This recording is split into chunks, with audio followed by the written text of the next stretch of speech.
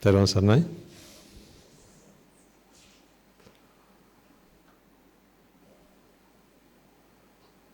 Were some of you there at the ordination ceremony yesterday? Yes, I thought I recognized some faces. Indeed.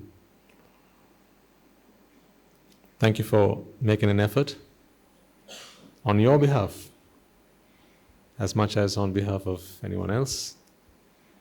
Your presence was a strength for everyone, including particularly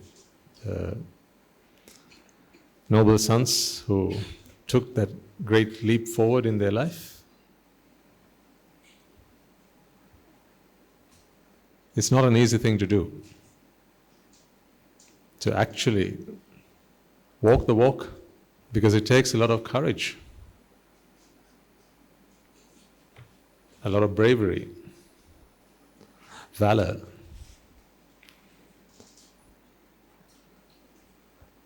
And it makes the whole process much easier if you have actually understood the doctrine.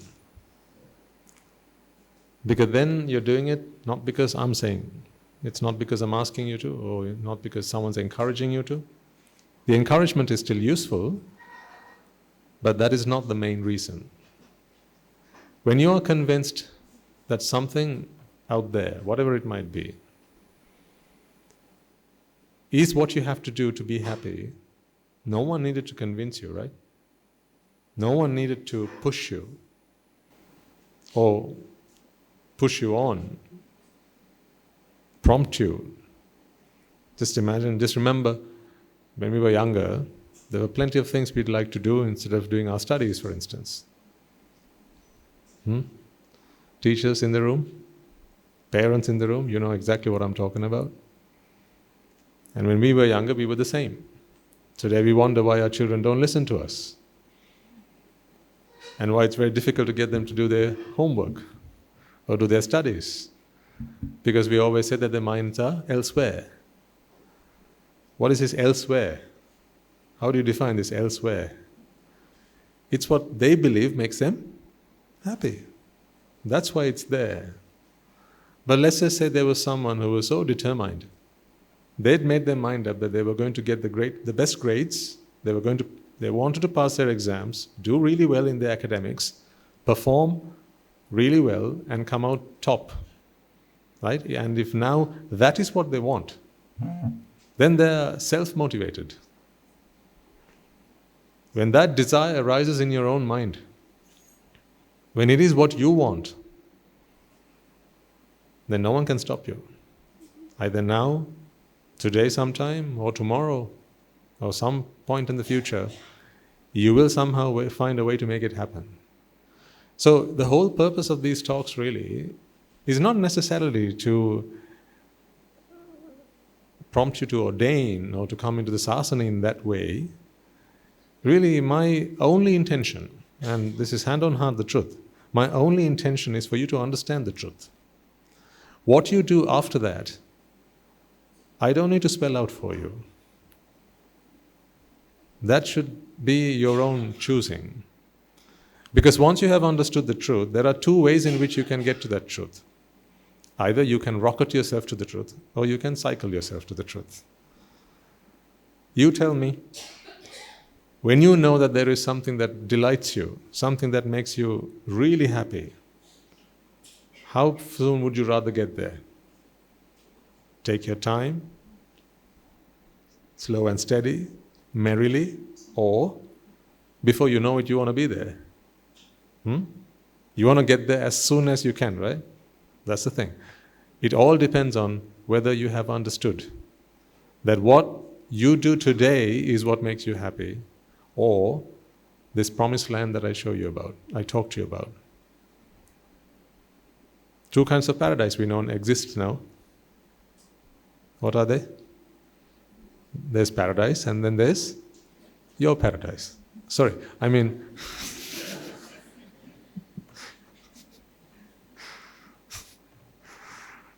Sorry, too early in the morning for that.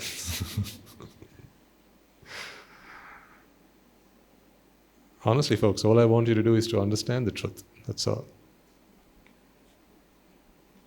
I'm not trying to tempt you into monkhood, because there's literally hardly any point in doing that. If you haven't understood the truth, then this is a life of misery. Just like your life is right now. You're not satisfied with life, are you? Why are you here then? Why are you here? If life is fulfilling, if you're so satisfied with life, why are you here?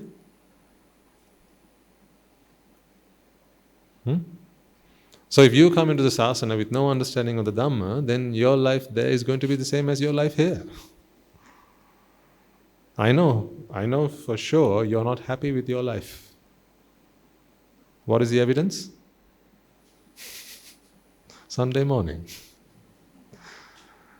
If life was as good as they claim it to be, where should you be today at this time? Doing all of the other things that you claim make you happy, right? You should be with your friends. You should be with your family. You should go do some shopping.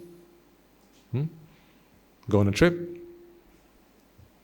Go to an amusement park. So why don't you just build a house next to an amusement park and just live there the rest of your life? It's an amusement park after all. What's the park for? Amusement. So why don't you just move close to an amusement park and you live out there?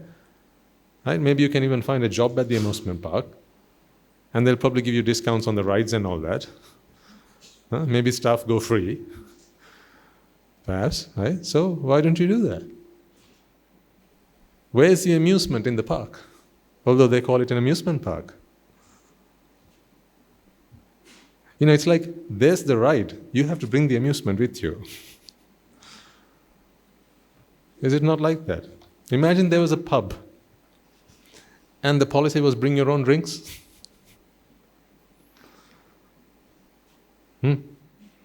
So a pub is, or a bar. The policy of the bar is bring your own drinks. So it's BYOD. That wouldn't be much of a pub at all, would it? If you had to bring your own drinks. It's a tavern, but it says bring your own drinks. So what do they offer then? They'll give you a glass. Sorry, I can't help it. Because I see the connection. They'll give you a glass, they'll give you a table and a chair to sit down. They'll give you some of those like beer mats. And they'll give you some mugs. A mug for a mug. Right? So they'll give you some beer mats. You can put that they'll lay it out from the table. It's air conditioned. See? They'll even have a TV screen on. So you can actually enjoy yourself. So it's a nice ambience. But you have to bring your own drinks. And what is it? It's a tavern.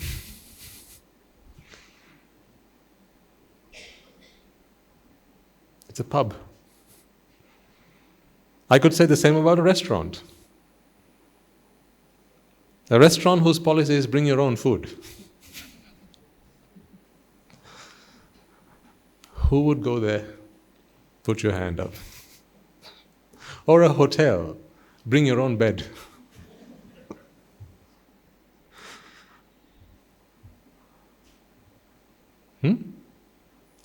How much would you pay to go there? I ask you. Think about it. This is food for thought. Think about it. It makes you laugh, these examples I give you. Really? So how come you're not always laughing? Did you understand what I just meant there? If these examples make you laugh, how come you're not always laughing? What do I mean? So that's a joke, right? What's a joke? I'm mean today, aren't I? What's the joke? There's a tavern, and the policy is bring your own drinks. That makes you laugh because it's a joke. There's a restaurant, the policy is bring your own food, and that makes you laugh because that's a joke. There's an amusement park, so they give you the rides, but you have to bring your own amusement, and that makes you laugh. My question is, why are you not always laughing?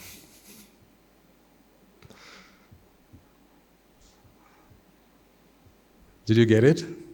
What did you get? If those are jokes, yes. The joke is on you, my friend.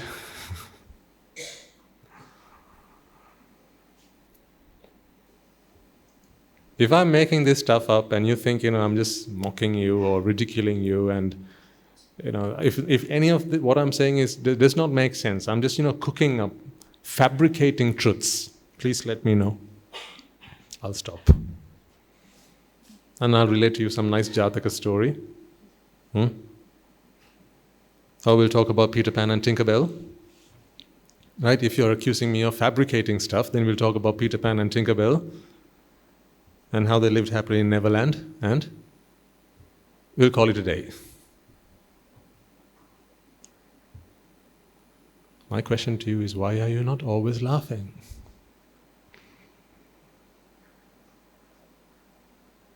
If you laugh at a joke, what about when you're living one? It's too funny. Is that why you're not laughing?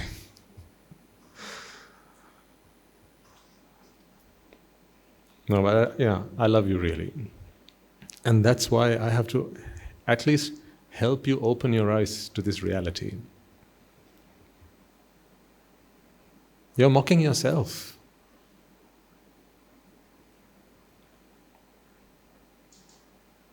You have to cook up your own happiness.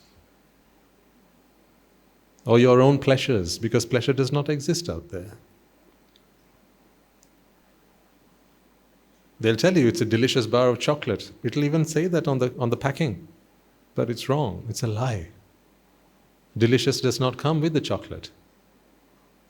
They've got cocoa, they've got sugar, they've got other kinds of preservatives and all that. But although it might say on the packaging, it's a delicious bar of chocolate, they'll say that to you on the advertising. That is not true. So much so that if you're buying it for its deliciousness, you should ask for a discount. If you were convinced that they had false marketing on, would you not complain? If you were convinced that someone was putting up some marketing but it was false advertising. If you were convinced that the advertising was false, would you not complain? Right? Amusement park. There's a TV advert. It's about an amusement park. Or just outside an amusement park, say a few miles down the road, they have a board that says 5 miles ahead, amusement park. Should you not complain? The moment you walk up to the gate, you should say, "Can I speak to your manager, please?" "Is anything the matter, sir?" "Yes, I have a complaint to file." Should you not be doing that? What do you do instead? "Tickets for 2, please." Why? You have to bring your own amusement. How do you feel just before the roller coaster ride? You are excited, right? You want that excitement. You're waiting for it. Then up in the air. And they take you up, 200, I don't know, how high do they go? 20 feet, 30 feet, 40? Something like that? Let's just say 30 feet up in the air, right? And then they turn you upside down. And for a brief moment, they make you want to lose the will to live, right? So they show you hell while you're still alive. Yeah? How do you feel then? As excited as you were when you were waiting to get on the ride? When you were queuing up? Sometimes queuing up and waiting in the queue for 15 minutes, 20 minutes, sometimes half an hour. I mean, why do people buy the fast track tickets? Because there are 2 queues normally. At these attractions, there are 2 queues. How do I know this thing? I read it in a good book. The book of life, I read it. There's not a single attraction that I haven't been to. I'm the biggest donkey here. That's what makes me entitled to talk to people who are like me. See, it doesn't hurt you then, does it? Huh? When I tell you that I'm the biggest donkey? But what if I called you one? Well, then you might be hurt. I know you won't be hurt because you know with what intention I speak to you. But I've been on all those rides. I was fascinated by them. Whenever we would get together as friends, back when I was in the UK, they have some really nice rides there. So we used to go to all these parks. I can't remember their names now, Thorpe Park and Alton Towers and all sorts. If there was ever a long weekend, that's where I would be. Drinking and clubbing, those things didn't really interest me. It was not my cup of tea. Yeah, it was not tea they served there, so... That was not what got me excited. But parks, these amusement rides, if there was one, then I had to go there. And I did. So, a bunch of friends, whenever we got together and we could find a spare day or two, we'd sometimes book a place and go stay there and, sometimes we buy tickets and go to 2 places. On one day you go to one park and the other day you go to another park. Because I enjoyed that thrill that I got out of it. And then when there were queues, you had the standard queue and you had the fast track queue. You had to pay extra for that. So you wouldn't have to queue up for very long. All for what? For a scare, for a fright, for a thrill. Adventure rides, they were called.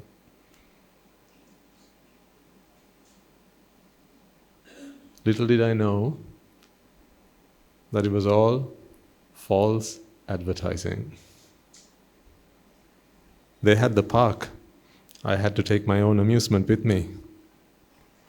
The only way I realized today that gave me some entertainment was when they took me up there, 30 feet up, and they made me look at the ground below me.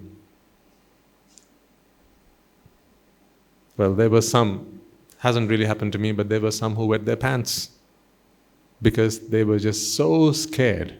And at that point, they would have written their house off,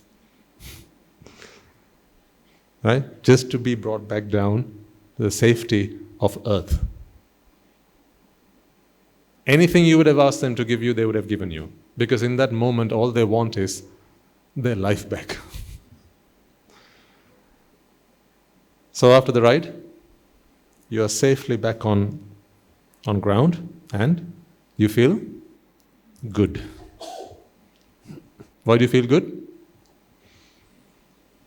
What was there before that? Vexation. So that's how it worked, right? At the beginning, this is when you start the ride. Vexation starts building because now you're in the queue. You want to get on the ride. That's also a vexation because you want to get on the ride. So now this is the waiting in the queue and now you're on the ride. Come back down. So now you're sat. They say fasten your seatbelts and they give you some instructions. If you're pregnant, don't get on this. If you are a heart patient, don't get on this. Right? If you love to live, don't get on this. Huh? So then the guy who looks after all the ride, he comes and makes sure that you have your safely, your harness is all good, it's all safe. And then what do? So now you're here again. That itself gave you an idea of things to come, because you were already queued up, and that waiting in the queue in itself was vexing. That's why they have the fast track. It means you can just get to the ride sooner rather than later. And then what happens? They take you on the ride. Right? So the ride itself is a graphical representation of what you go through. Don't you think so? So there was one ride, it was like this. I remember to this day they said 0 to 80. 0 to 80 in, was it 0.2 seconds or 2 seconds? I can't remember now. Something like that. Let's say 2 seconds. From 0 to 80 miles an hour in 2 seconds. So when you were up there, of course it was a machine that took you up, but then once you're there, now it's free fall. You're handed over to the grace of God. So I can see people out there, some of them chanting Pirit.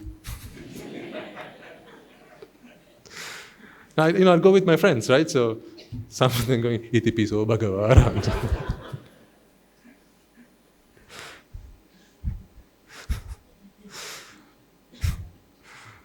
And then the others would go, oh, Holy Father.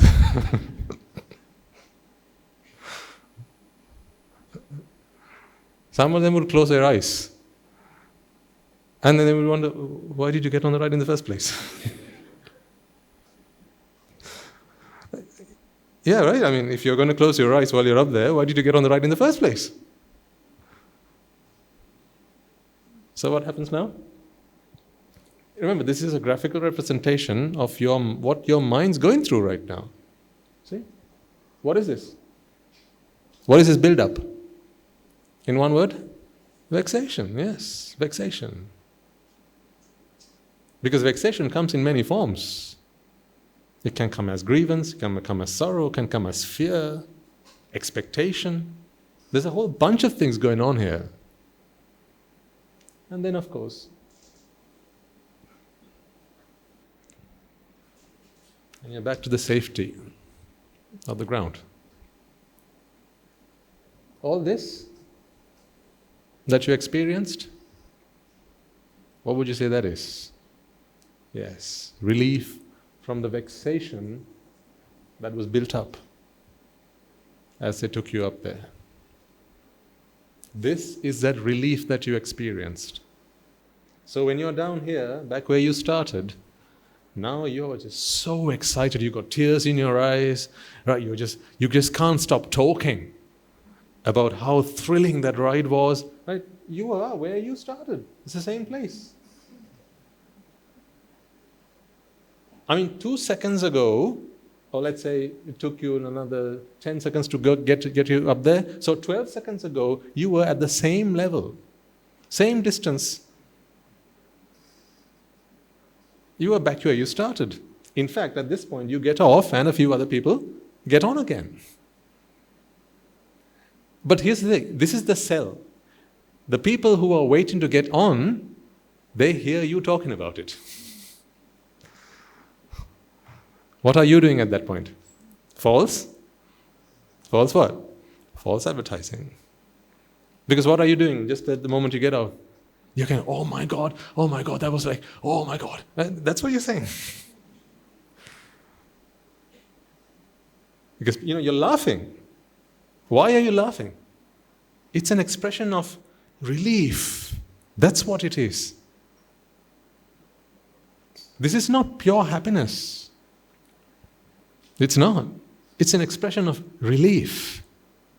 Relief from the pain that you paid for them to put you through.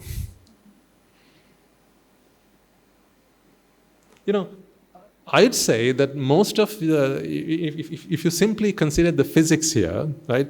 Just ignore the environment and the effort that they have to make to make the place look nice so that it's attractive. If you just ignore all that and just consider the ride, okay, and purely the physics here, let's say that it cost you 100 rupees to get on this. I'd say 80 of it at least would be to get you up there, because that's the energy that they have to spend. Because you don't do that on your own, right? Because there's a motor that has to work and that needs fuel. Some energy has to be exerted, and that energy they have to buy. So you have to pay for that. I mean, this is a very crude sum, but you understand where I'm coming from. Then, of course, yes, they have to be strong, the harness, right? It has to be solid, right? All that is, yes, I understand. But once all that is done, right? So they've bought the seat belts, the bucket seat that you're in, it's very strong, sturdy, it's all done, right? So they've already purchased that. But now you have to pay something to get you up there. That's the energy that you have to pay out of this ticket, right? So that's the part that vexes you. Is it not? Where are you most vexed on this chart? Here? Here? Where are you most vexed? Right up here, right? So much of what you paid for was for what? Was for what? To get you up there, meaning to gone? Your paradise, yes? Was it? Was to vex. Yes. Much of what you paid was to have you vexed. Because from there on, it was just gravity. That's just gravity. How much do you pay for gravity? You don't have to pay for gravity. It's free. So when you're down here, now you're talking about the relief that you experienced. Now, at this point, you're in love. You're in love with the place, the whole place. The company, the place that does the ride for you. You just want to get back on the ride again. So then you look at the queue and you go, oh, it's a long queue. It's fine, let's go queue up again. Because right now, you're so excited, you want that excitement again. What you have forgotten, just like that, is what you paid for was to actually have you vexed. I feel like kicking myself today as I think back at the tomfoolery that I put myself through. This was a joke. And the joke was on me. I take this example because it's a classic example. It's probably one of the best examples I can come up with that describes, that really explains and illustrates the life that you go through. Pretty much every experience of pleasure that you have had, that you are having, and that you intend to have. It's like this. With only one exception. It's when you understand that happiness is just here.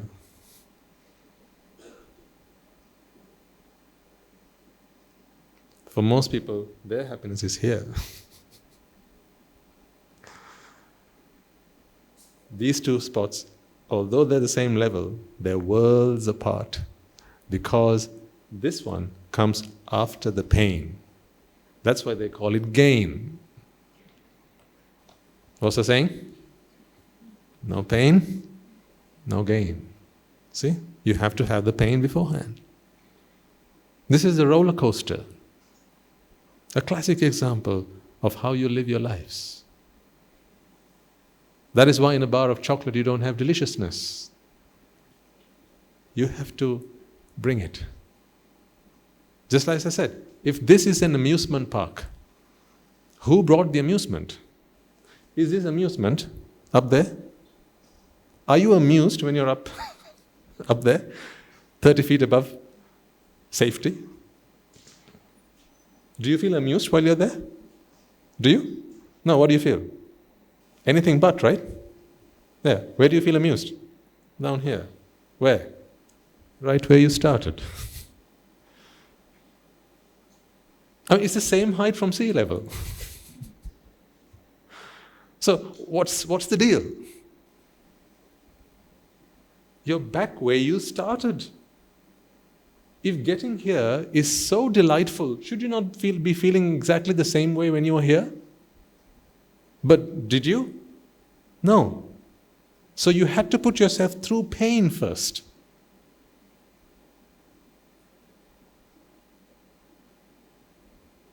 If you realize that that's what you were doing, and that's what you were paying for. Some of these places, they don't come cheap. They're pretty expensive, some of these tickets. So you have to work. You have to work as well for that. What are you working for now? So that someone could punish you. You tell me this is not a punishment.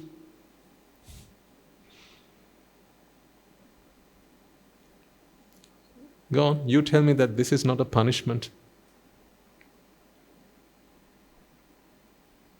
If they paid you for this, okay, right, I can forgive you for that. Right? They said, right, get on this ride, we'll give you 100 rupees.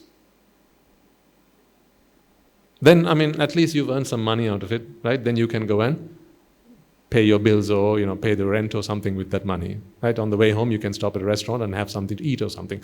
But here, who's paying for it? Who's paying for it? Who's paying for the privilege for them to put you through torment?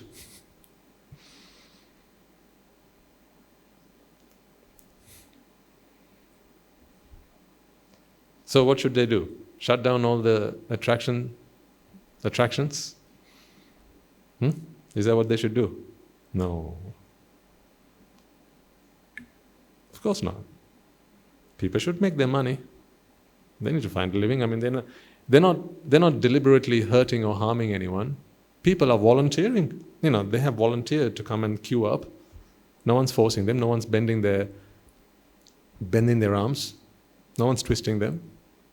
This is all out of their own accord. But the point is not the ride. The point is the roller coaster of life that you go through. Every single example of pleasure that you have experienced, this represents that.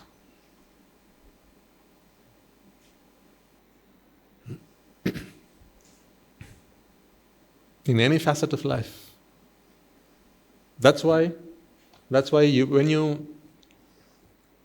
after a while of you standing here, what happens?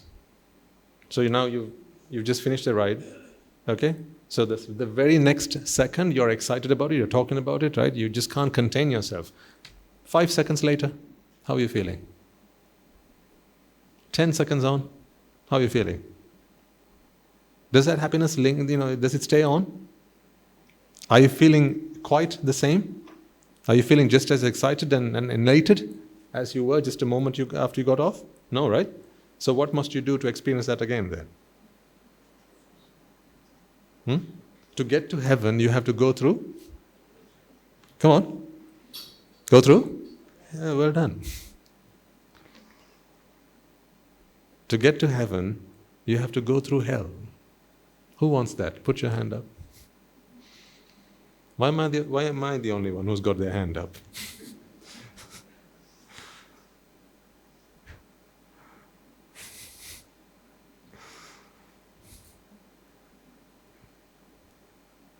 To get to heaven, you have to go through hell. And you don't want that. But you do. I'll tell you why you do. Because you see no alternative. That's why.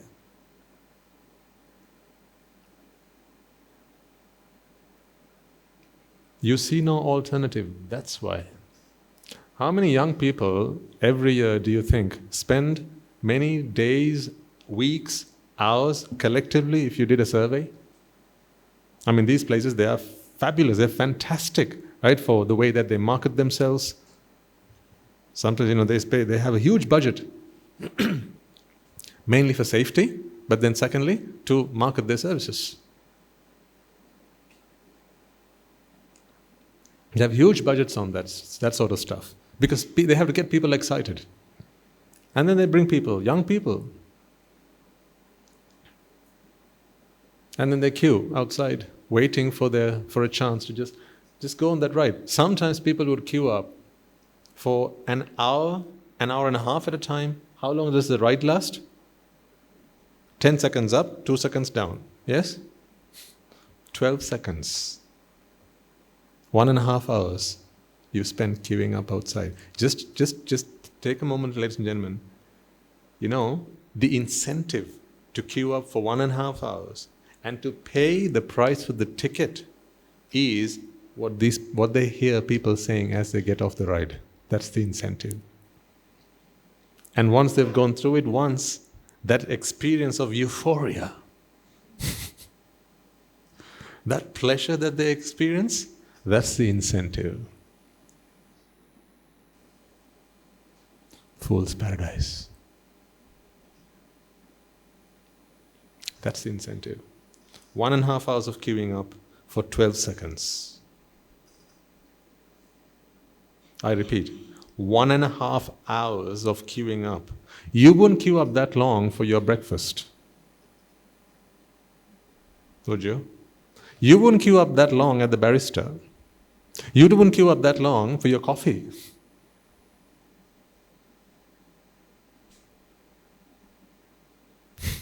You'd complain. If you were at the supermarket waiting to cash up, to pay for your goods, and they said, sorry, we are short-staffed today, you'll have to wait for about 1.5 hours. This is your weekly shopping. They say, I'm not going to come back to this place again. Let's go to another place. Or say, on the door, they have a notice that says, we are short-staffed today, right? So the queues are long. You're going to have to queue up for at least 1.5 hours once you've purchased something to pay for it at the till. Are you going to stop there or are you going to keep driving until you find the next supermarket?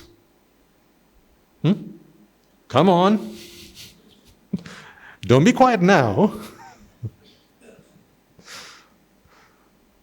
What are you going to do? You're going to say, it's fine, you have all the time in the world, right? Might as well waste 1.5 hours in the queue. Are you going to say that? Do you remember when there was a fuel shortage?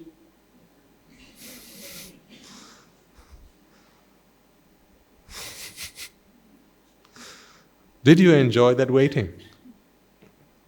What were you waiting for? To fuel up your car, right? So you could run, you could do the school run, you could get to work.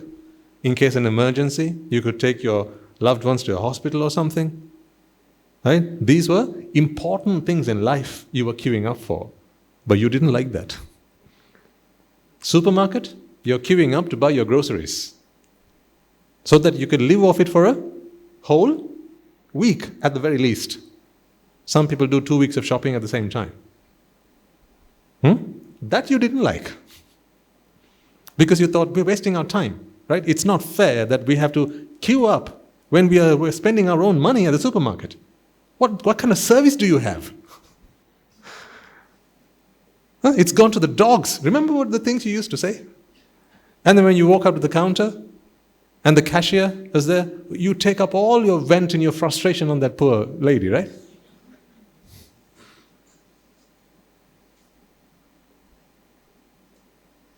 It's her job, so she has to say, good morning, sir. You say, nothing's good about this morning.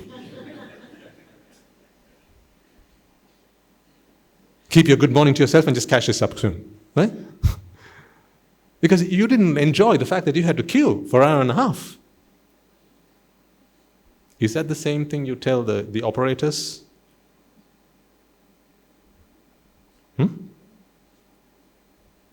You didn't like to queue up for 1.5 hours to buy your weekly shopping, off of which you were going to live a whole week, not just you, but your family as well. In there was your milk powder, in there was your bread, in there was your vegetables, in there was your fruit, in there was your cereal, in there was your everything else, what you were going to live off of. For that you didn't want to queue for 1.5 hours. But this, the money you spend at the supermarket, you could actually exchange for something and take something home with you. Yes? Yes. So you had bags full of stuff. You would put it in the boot. You had bags full of stuff to take home with you. What did you have to take home with you here? Come on, speak up.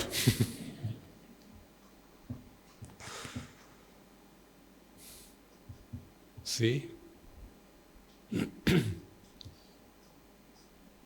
See what put yourself through. Think, ladies and gentlemen, think. You're not going to get this lesson from anywhere else. You're not. Because the world takes you for a fool. They look at your face and go, fool, there's a fool. She's a fool. Yeah, he's a fool. He's the biggest fool. Come on. Let's exploit them. The world takes you for a fool because you let them. I did. As I said, I'm the biggest donkey here. I'd been to every one of them. You name it, I've been there, not once. Not twice. For every year, I'd go to at least 2 or 3 of those spots. I'd work hard and save up my holidays. And when a long weekend would come around, that's where I'd be.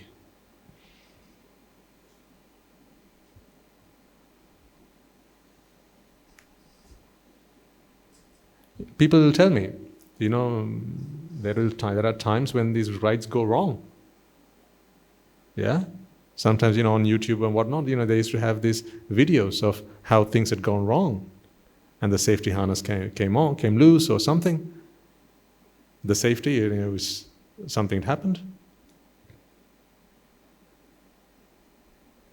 And then you'd see people flying. Fatal accidents. But that couldn't stop me. Just think about it. That couldn't stop me.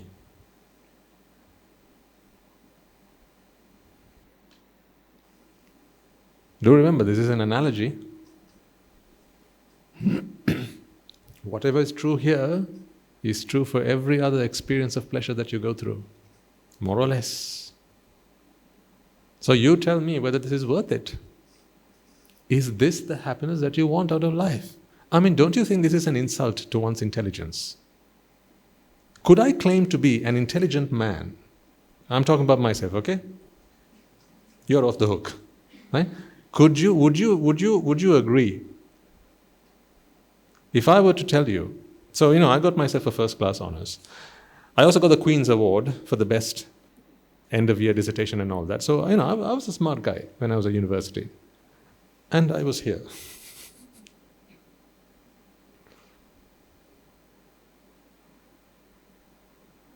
The two things don't make sense. They don't tally, do they? For me to be telling you that I was a smart, intelligent lad, and then I was stood here for an hour and a half in a queue, waiting to get on a ride for which I had to pay so that they could punish me. And then I had to relieve myself of that vexation.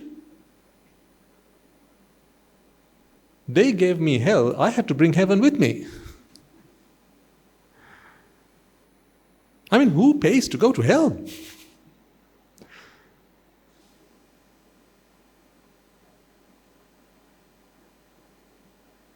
Just imagine there were 2 buses outside. One bus says, heaven, heaven, heaven, heaven, heaven. The other bus says, there's a conductor there. He goes, what? Hell, hell, hell, hell, hell, hell, hell.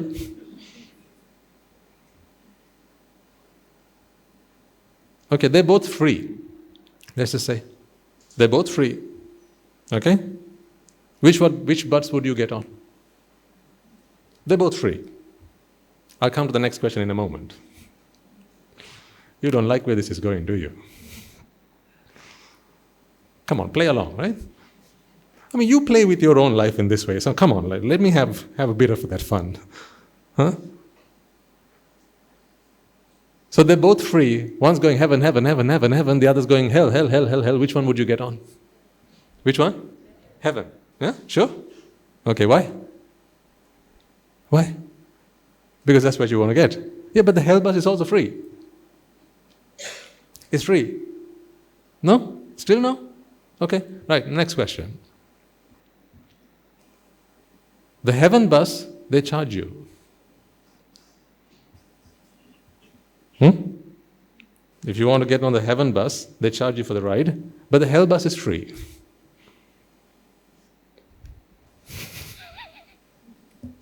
Now which bus would you get on? Still heaven?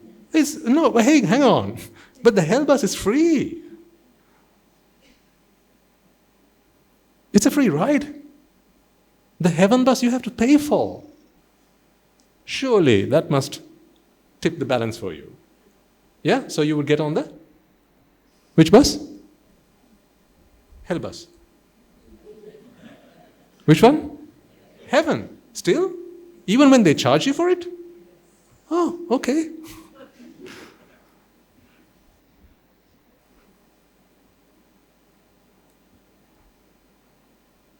Then what if the heaven bus was free and they charge you for the hell bus? I know you don't like what I'm going to say next. All the more reason for me to say it. What if the heaven bus was free, but they charged you for the hell bus? Now which bus would you get on? Huh? Which one? Still the heaven bus. Are you sure? Are you sure? Are you sure? You can't take your word back. Speak now or forever hold your peace. Are you sure? You still want to get on the heaven bus? Okay. The heaven bus arrives Sunday morning at 8:30. The hell bus is there throughout the week.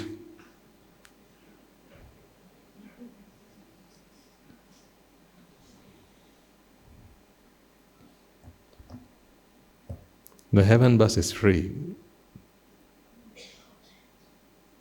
The hell bus, you have to buy a ticket. So how come you're not here some Sunday mornings?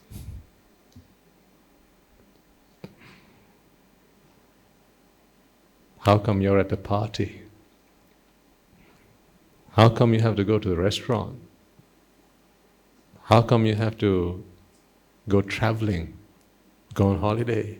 How come people have to go and see their friends?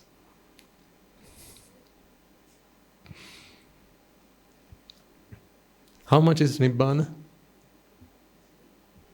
How much is Nibbāna? Free. It's free. You know that, right? Nibbāna is free. You're good, you're okay, you're all here. You want Nibbāna. Go back in time. Go back in time for a second. Think about the majority of people out there. We are giving them Nibbāna for free and they don't want it. You know, sometimes as we drive just past the bridge, I see there are some beggars. Beggars. And I think to myself, if I walked up to them and said, "Mister, why don't you come and ordain? Right, all you have to do is practice the dhamma. I'll teach you the dhamma. Right, and these devotees, they're so generous, they'll give you a free meal, they'll give you shelter, they'll give you clothes, and when you're ill, they'll give you medicine to heal you. Why don't you come with me?" What do you think they'll say? I'm talking about a beggar. What do you think they will say? Huh? No.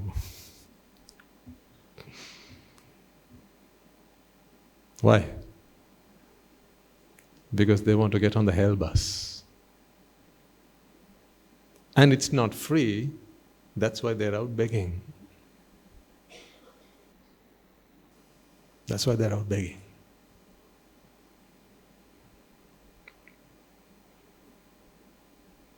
Even if you look into your own lives, ladies and gentlemen, today I ask you again, the sasana is the heaven bus. It takes you to Nibbāna. And it's free. It's free. But you'd rather get on the other bus. You'd rather get on the other bus for which you have to pay. You have to buy a ticket to have a roof above your head. You have to buy a ticket to have your 3 square meals. You have to buy a ticket to get from A to B. You have to buy a ticket for every damn thing. Nothing is free. And anytime and every time you experience a bit of joy, it's always one of these. You have to go through vexation every single time before you are relieved from it. And the relief you have to do yourself. And you want that. And you have to pay the price. That's why I say, you have to open your eyes to this reality. I'll repeat myself. If you believe that I'm cooking this stuff up, if you think I'm fabricating all this stuff, I've already offered you my services, haven't I? Yeah? Form an orderly queue. If you think that I've been lying to all of you, just form an orderly queue and I'll come and slave at each of your houses. 1 whole year. For free. If you think I'm fabricating this stuff. My ask of you is this. If I, as an intelligent person, stood outside here, waiting to get on this ride, do you think I could continue to claim myself to be intelligent?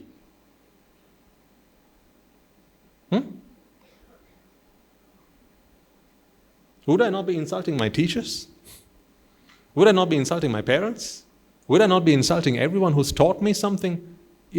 Analytical thinking, critical evaluation. Making sense of what the world shows you. I'd be insulting every knowledge I had and everyone who had given me that knowledge if I'd stood outside there waiting to get on this. And I did. I did. More than anything, it was an insult on myself. So, this is life. The life that you put yourself through. Any experience of pleasure you have had so far, and you will continue to have, is always going to be one of these, ladies and gentlemen. Whether it's food, whether it's some kind of experience that you like to have in your life.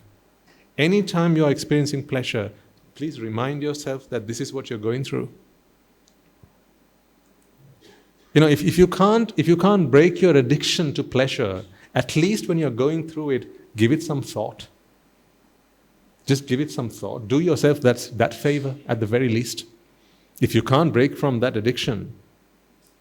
What I'm saying is this. Say you're addicted to drugs.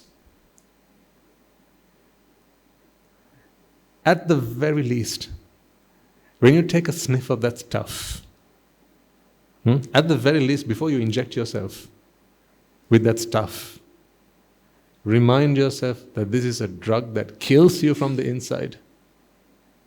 Like they have on those fag packets, cigarette packets. What does it say? Smoking kills.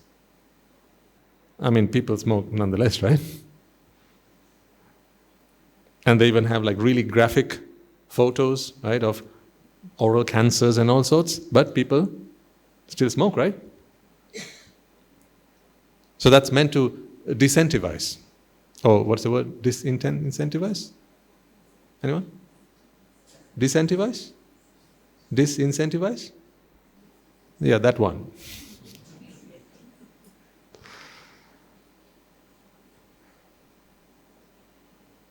But it doesn't really.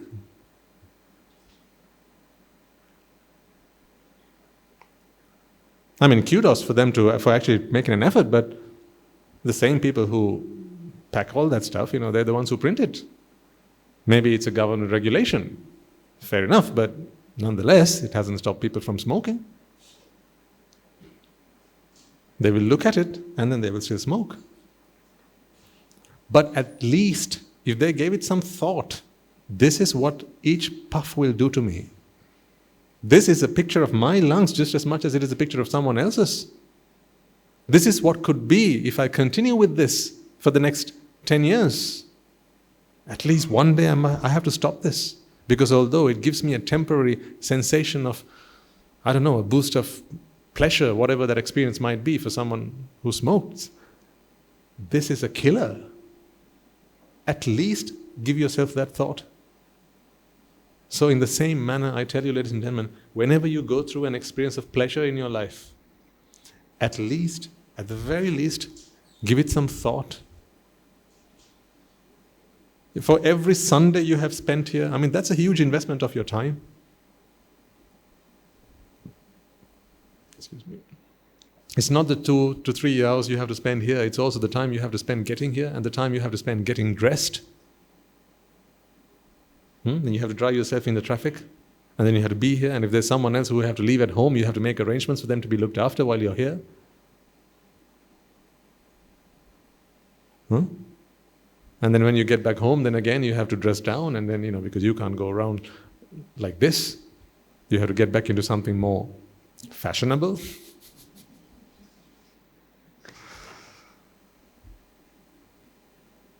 This is temple attire, isn't it? Yeah? So if you have a party this evening, then you can't go like this. If you're seeing friends this evening, you can't go like this. So there's a lot of work you have to put through. So my ask is, you're putting a lot of investment into your life, at least a Sunday morning. That's 1/14 of your week, by the way. No. Let me qualify that. It's only 1/14 of your week. Okay? So you're putting in, nonetheless, 1/14 of your week. My ask of you is this: make that 1/14 matter. Make it matter. Make it matter. Make it matter. Because in this 1/14 of the week, what I share with you is something you have to be thinking throughout the other 13 14ths.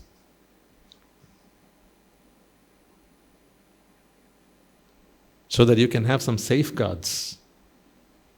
So that people don't take you for a fool.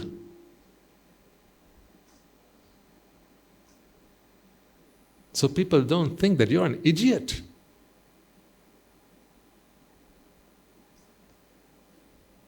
That's an idiot. That is.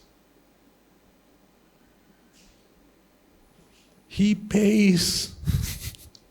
He pays out of his own pocket to be given a punishment. Gravity does that. That's free. That's God's gift. But to put you up there, that's not free. You have to pay for that. And you queue 1.5 hours. That 1.5 hours you would not be prepared to queue for your weekly shopping. You would complain about that.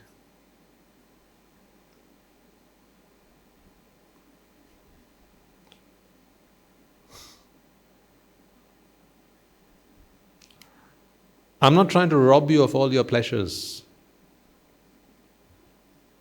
What I'm trying to do is really to ask you to open your eyes and realize that there is nothing for me to rob.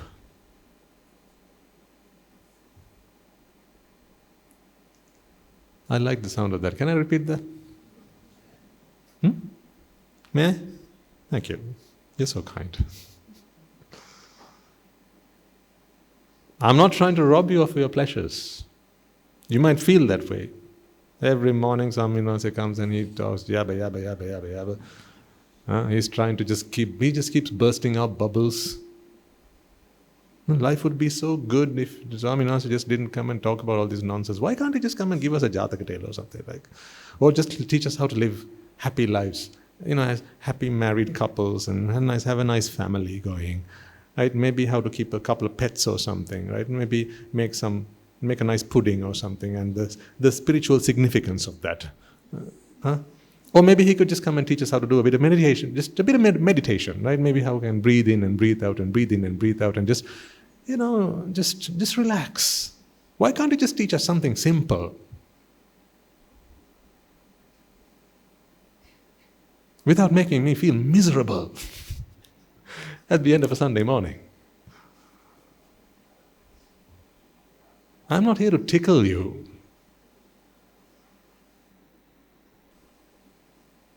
Or would you rather me do that? Should I tickle you? Is that what you're here for? For a tickle? I mean, you're educated people. You're learned people. You're intelligent people. You're smart. You're clever. You're wise. I don't want to tickle your fantasies. What good is that? You come here for a dose of reality. You come here because no one else does this for you. Tell me your mother speaks to you in this way and I'll shut up. Tell me. Tell me that your father speaks this truth to you and I'll shut up. They brought you into this world, but they didn't teach you how to live in it.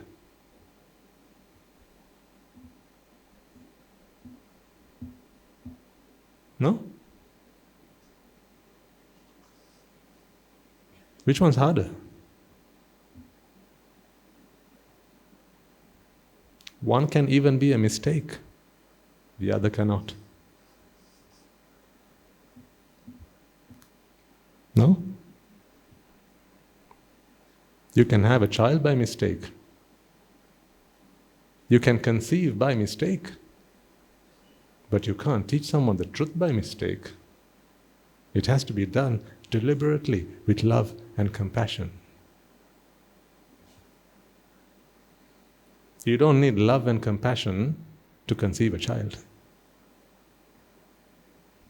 You don't.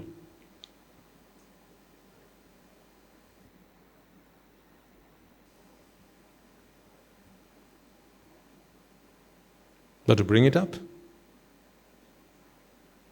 to give it the truth, to teach the child how to live, so that they don't end up getting hurt, so that they don't end up being miserable and taking their lives and falling for the wrong kind of friend.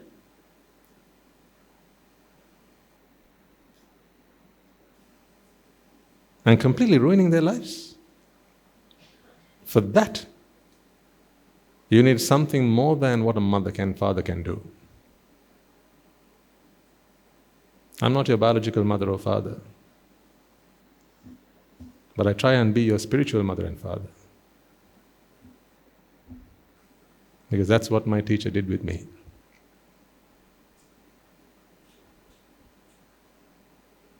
And that's what he continues to do with me. I'm not undermining what my parents have done. Had it not been for them, I would have not had this privilege. Yes, I agree. But if not for this, that privilege would not be considered a privilege.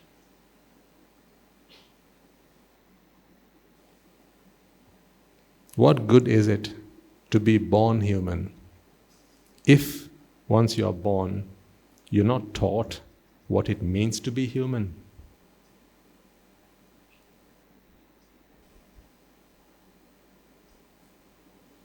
What makes human life precious?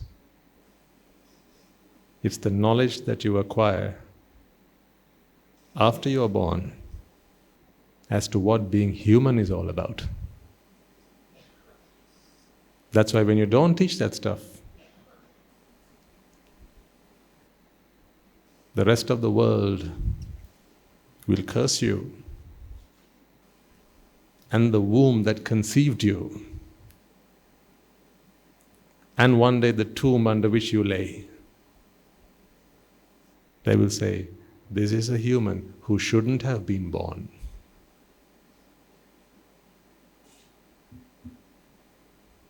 Am I making this stuff up? Or don't you believe that this is the truth?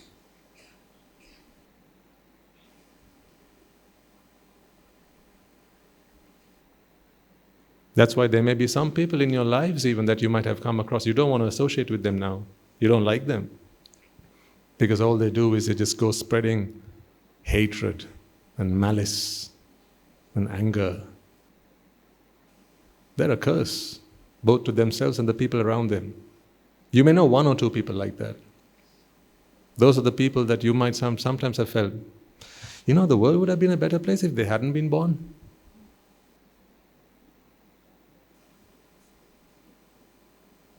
Aren't there some friends that your child associates with at school? You keep on warning that child, your child, Buddha, when you go to school, please don't sit next to that guy. He's not a good friend. Though when you go to school, don't sit next to that person. Don't sit next to that girl. She's not a good person. You didn't used to speak like this. Last year you never spoke like this, but this year I don't know who you've been associating with. Whoever that girl is, don't talk to her. You didn't speak up to your mother like this. What are these words that you're talking now? This is foul language. Where did you learn all that? Don't speak to that girl. Then sometimes you go to the teachers and you'll say, my child you didn't used to be like this. See, now you want to dissociate your child with that kind of association. It starts there. Then what if one day you realize, you find that under your child's pillow, there's a packet. There's a small packet of some white stuff inside. Then you're going to ask him, won't you? Where did you get that? Do you think it's a proud moment for a parent? When they realize that under the child's bed there are a few empty bottles? Or in his drawer somewhere, or in a cupboard somewhere, there are some empty bottles? Do you think that's a proud moment? You know you never did that to your child. But someone who your child associated with has now spoiled it. They've wrecked his brains. They've ruined his life. Then don't you wish that your child never came into contact with that child? Or that man, whoever.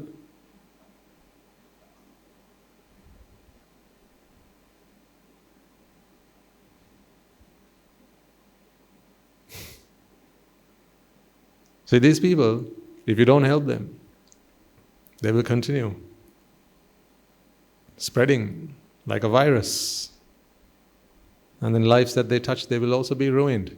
That's why I say what's more important, ladies and gentlemen, is not what's more important. I don't say it's not important. What I'm saying is what's more important is not bringing a child into this world. Cats and dogs can do that. They can bring their own children into this world. That's not what's more important. I'm not saying that is not important. It is important. But what makes all that worth it? What makes carrying your child in your womb for the last 9 months and going through all that pain and labor and then giving every drop of blood that you had in your body, feeding your child every drop of milk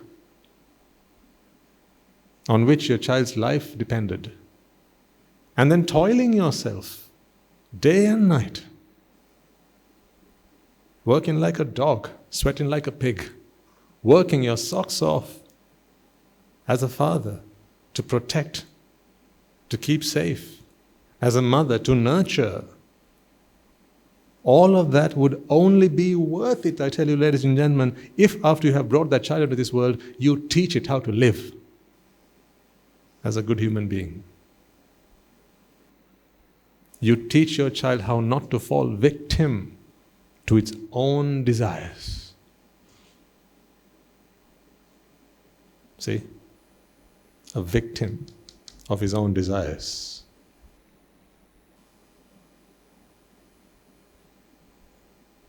You can't change the whole world. Don't bother.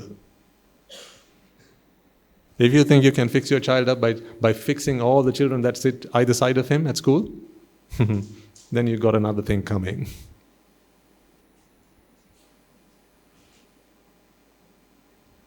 Then make sure that you go to school with your child. You jump into the school bag, that you go to the school with him.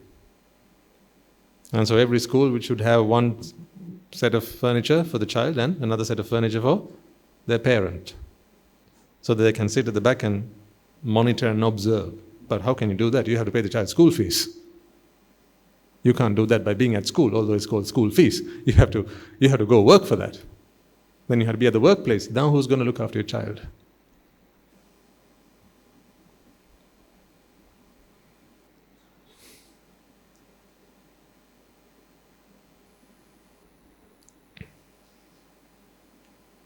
It's a crazy world out there. It is. I'm only showing you one side of it. The side that you are able to digest. The side that you're able to bear. There's a much uglier side. If I started speaking about some of that, this sermon will not be able to be aired.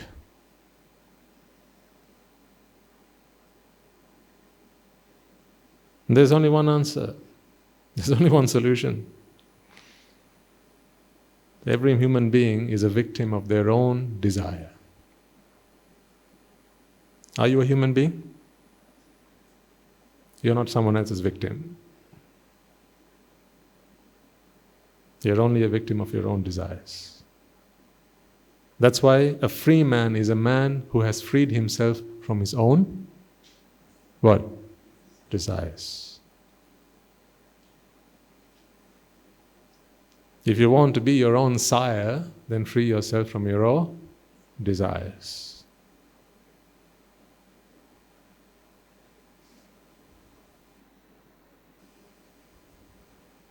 Men are slaves to their own desires. If ever you have been victimized in life, ladies and gentlemen, that is because you are a slave to your own desires. We spoke about some of this last week as well. The stuff that women have to go through.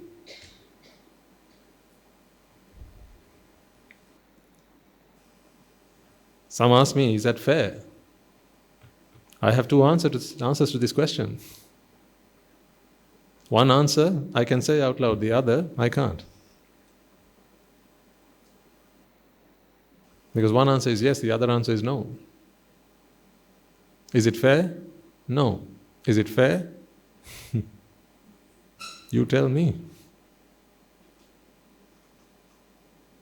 If you as a woman, ladies and gentlemen, if you don't work to try and free yourself from your own desires, whose fault is it that someone can exploit you? Women? Ladies? Ladies in the house, I ask you. If you don't work to free yourself from your own desires, because no one else can do that for you, can they? Can I do it for you? I can guide you, but I can't do it for you.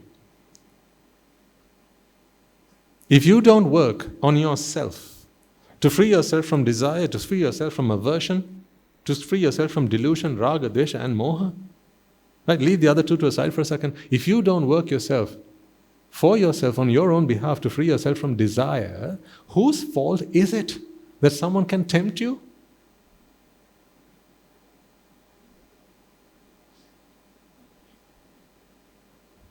To do the unspeakable? Things that you later go on to regret?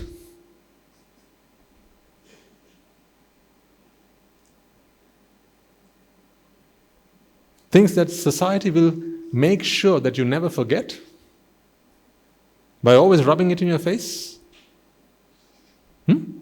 Whose fault is that? Society's. Stop that finger pointing. Let's not be children here. Let's behave like adults. And that is why I speak to the parents. Don't you ever come to me one day and say, Swami Mahansa, yes, you asked me to bring my daughters, you asked me to bring my sons. But those days they were far too busy. They were busy doing this, they were busy doing that, they were busy with their studies, they were busy with their this, they were busy with their that. So, I couldn't bring them around. I just couldn't convince them enough. But I was convinced to have them as children, but I just couldn't convince them enough to bring them here. But today, she's run away. She's run away. She's run away with a boy, and he's got relationships all over the country. And then finally we caught up with her, and now she's with a child. How, as a father, can I get her to abort? I can't do that. She doesn't want the child. So what must I do? Don't come asking me then.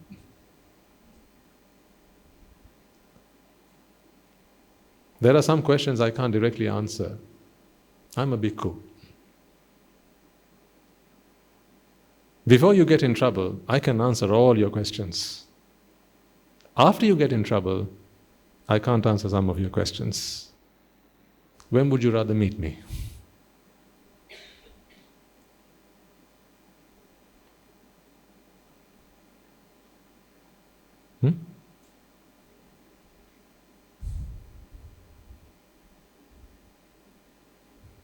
I'm a specialist. I am. I'm a consultant in preventative medicine.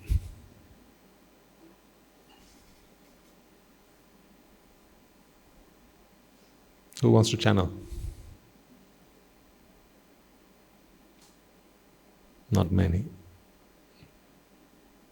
You channel yourself every Sunday morning. If these are the timeless truths, don't you think that by this point, this hall should be too small to accommodate everyone? But why is not everyone in Colombo here?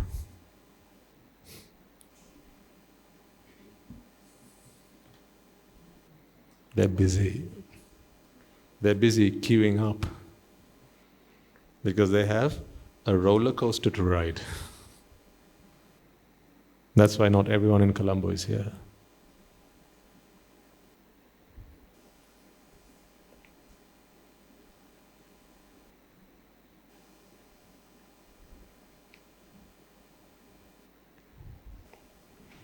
Maybe they just don't have the merits. Because, to see this truth, to realize that this is the same as this. So anything you're feeling here is only a concoction of your own mind. Physically, you're both in the same place, right? Either you're here or you're here, you're in the same place, physically. So anything you're experiencing mentally has to be a mental fabrication. Why don't people get that? People don't get that because someone who got it has to explain it to them. That's when people get it. See, we're all born with the intelligence to understand what someone teaches us. From time to time, there are men who come into this world, very rarely, at a time when there is no teacher to teach this. And then they have to discover this on their own. We are in that era. There was a teacher who discovered it on his own.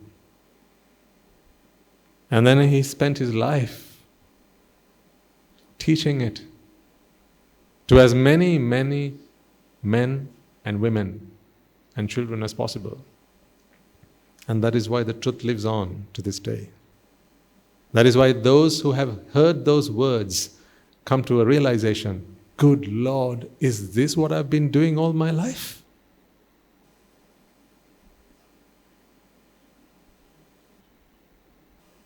Putting myself through hell so that I could taste a glimpse of heaven?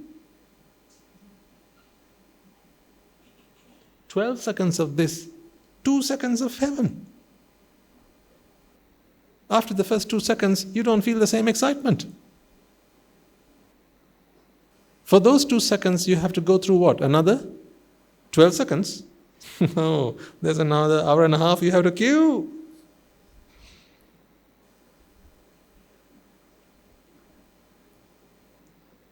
So when someone who realizes this truth speaks it with love and compassion and kindness to us and our eyes open, and then you realize, good Lord, is this what I'd been going through all my life?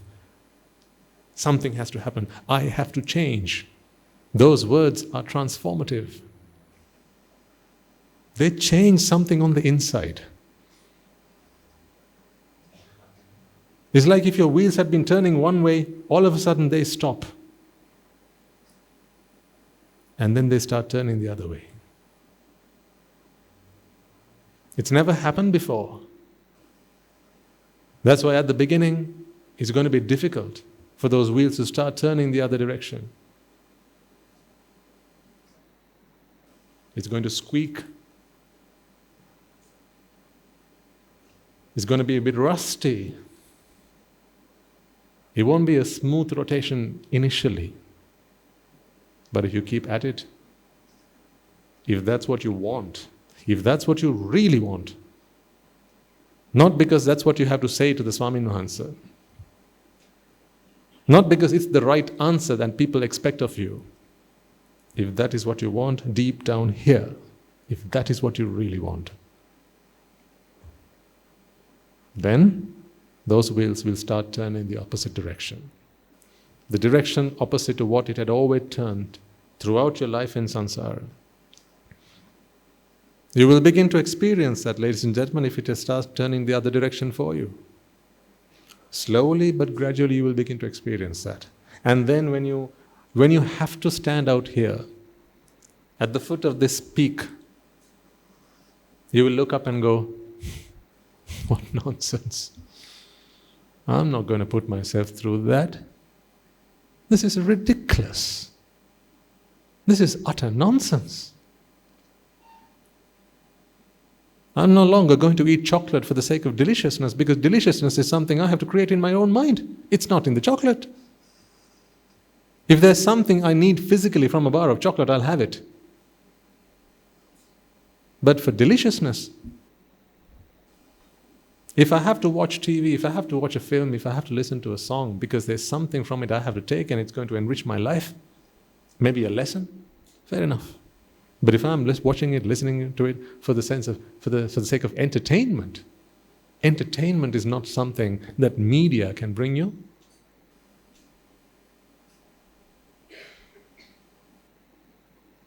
You will begin to reflect on these truths when it starts turning the opposite direction.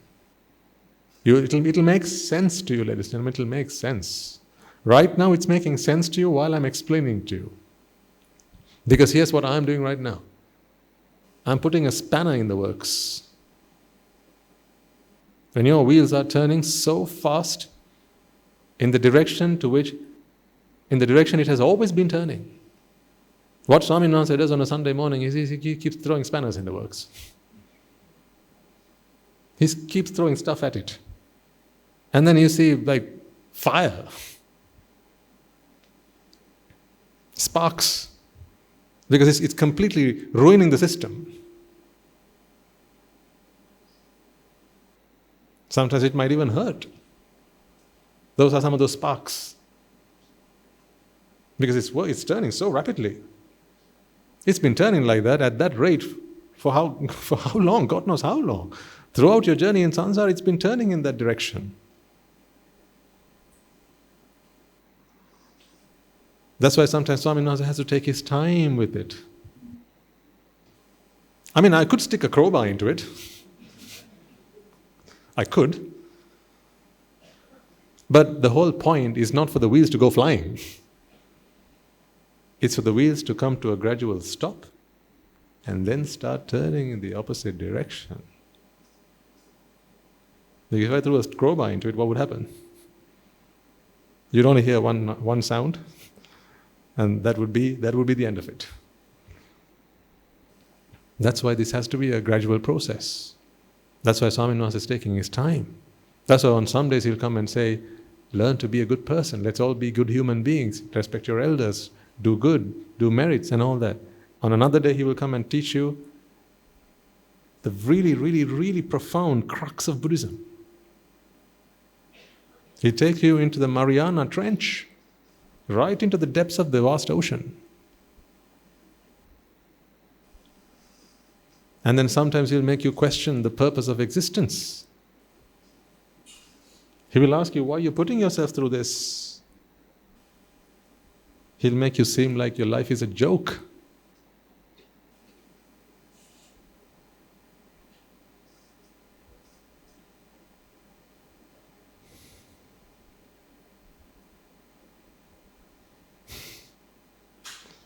There's both a science and an art to doing this. That's why it's not always very sciencey all the time.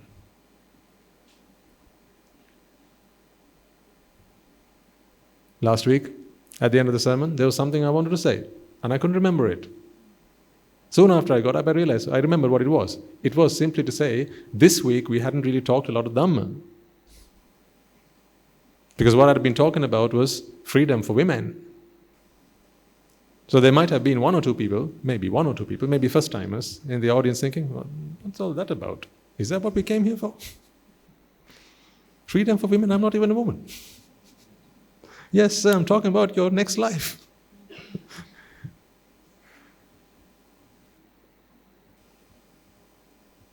You know, it's a bit of everything. That's why I've always said, your path to Nibbāna should not be an academic approach. Don't take an academic approach to Nibbāna. There's nothing more practical than Nibbāna itself, because this is your life we are talking about, ladies and gentlemen. I can't turn you 180 degrees just like that. Sometimes it's 3 steps forward, 2 steps back. But that's okay, because you've moved forward 1 step. And then the next week we move another 3 steps forward and 1 step back. Over the 2 weeks, you've moved 3 steps forward. That's okay, isn't it?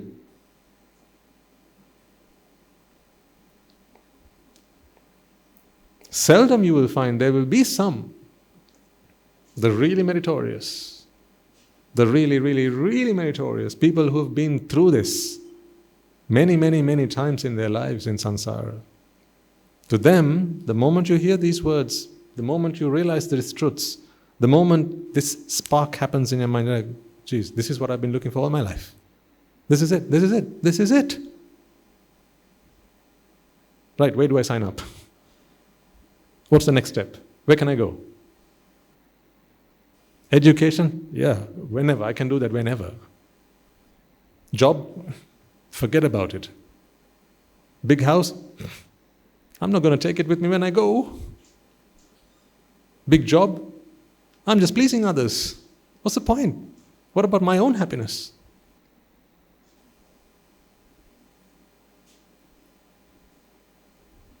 Sprinkled among you will be 1 or 2 people like that.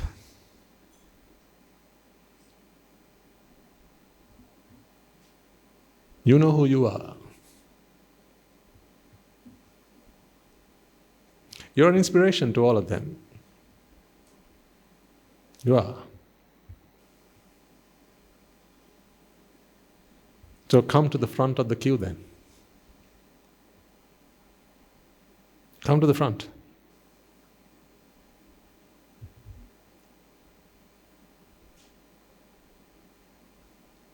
Don't wait for the rest. Because every man will have the right time for them. If your time is right, then your time is right. But I'm not always going to be talking about it in this sermon, because I know the vast majority, not just you here, but those who listen to these talks online, it'll be sometimes maybe even decades, maybe even lifetimes before they feel they're ready.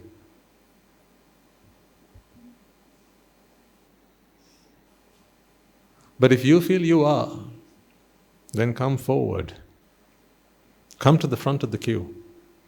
Everyone will be coming in this direction, either today or tomorrow. There is no other escape. If there was only one exit and the house is on fire, you have two choices. Either run as fast as you can to the exit and get the heck out, or go down in flames. Burn and die.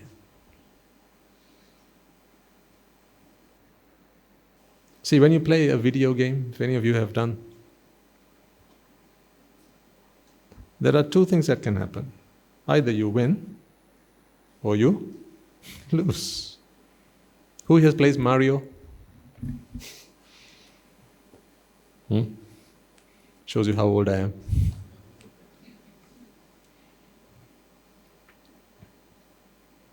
I was a Mario fan growing up. Because that's the only game my parents would let me play. So there were only two things that could happen. I mean, you can spend your time playing the game, but ultimately there's only two things that can happen. Either Mario wins, so he rescues the princess and ultimately goes into the castle and they live happily ever after. Or you get 3 lives. Dun, dun, dun, dun, dun, dun, dun, dun, dun. Right? That's it.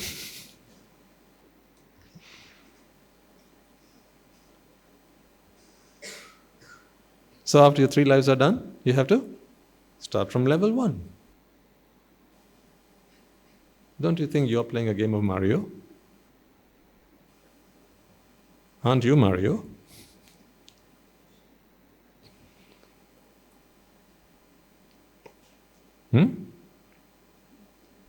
You're playing a game, ladies and gentlemen, don't forget that. Sometimes we think that, we watch games on TV.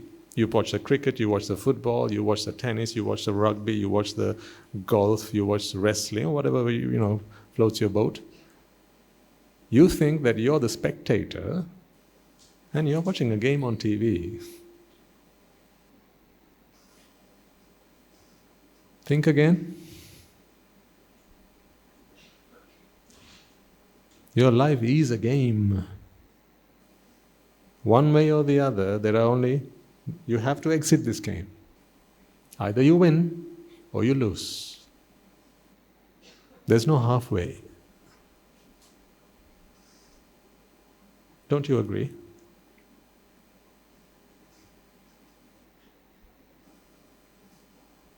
In a few years, your time will be done. See how much confidence I gave you by saying in a few years? Now you feel, a few years, still have a few years to go. You all felt like I was talking about you, right? In a few years. Some of you think, I'm only 25. A few years, so I was talking about another 40, 50 years maybe. Right? Maybe in your 60s you're thinking, a few years, so I think I'm going to live up to 120 anyway. So when I said you have a few years to go, right, you're all thinking, a few years, Swaminathan. You forgot that you could trip and fall today as you climb down the steps and bang your head somewhere. And that'll be the end of it. How come you forgot that? Why didn't anyone protest and say, Swaminathan, how can you say a few years? What assurance can you give us that we are going to go home tonight at the end of this sermon? Shall we do one better? What assurance do you have that you will stay for the precepting, which I will be doing before the end?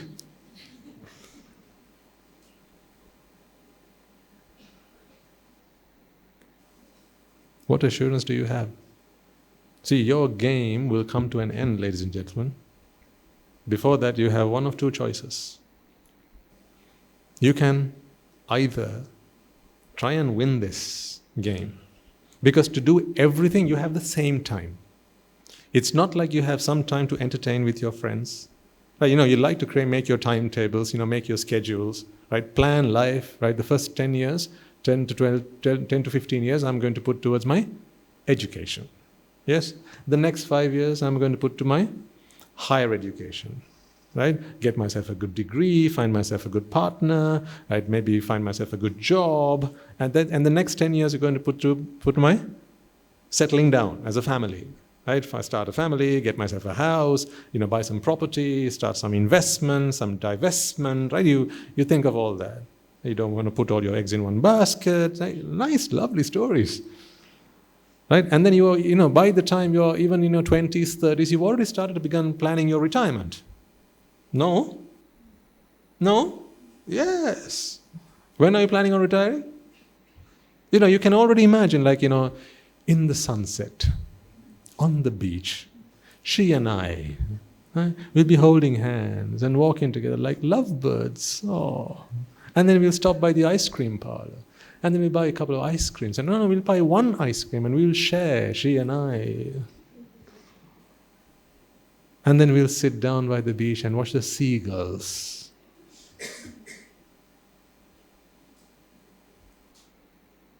Nice, no?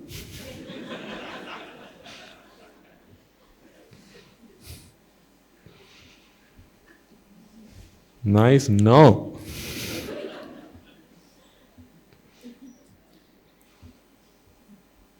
Hello? Wake up.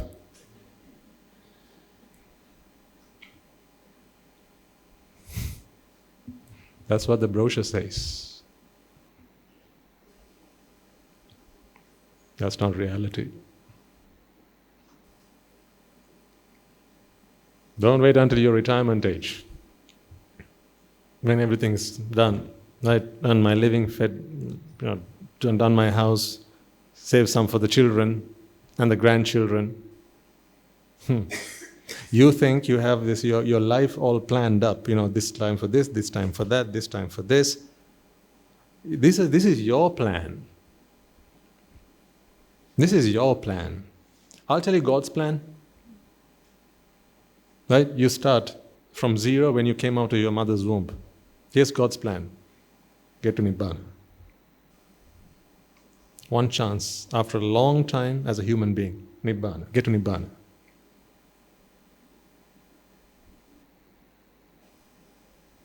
A year from then, what's the plan? Get to Nibbāna. 2 years from then, Nibbāna. But what are you thinking? Montessori.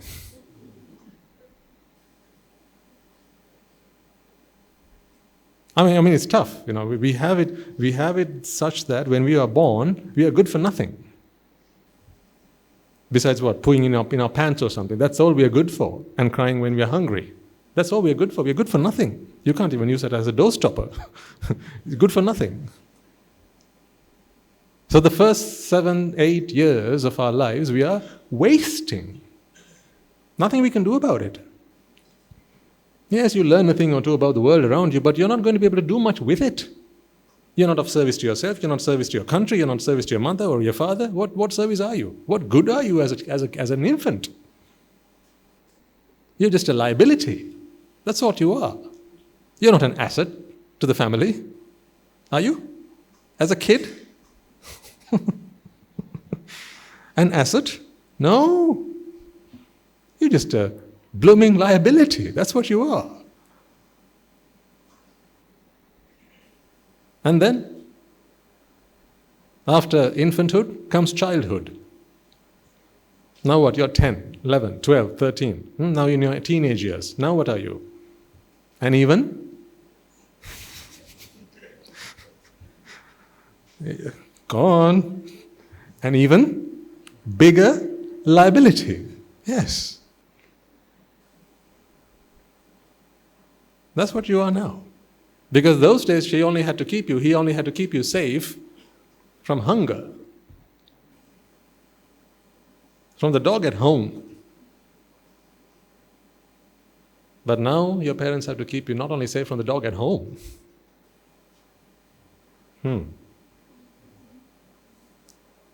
Some dogs come with 2 legs.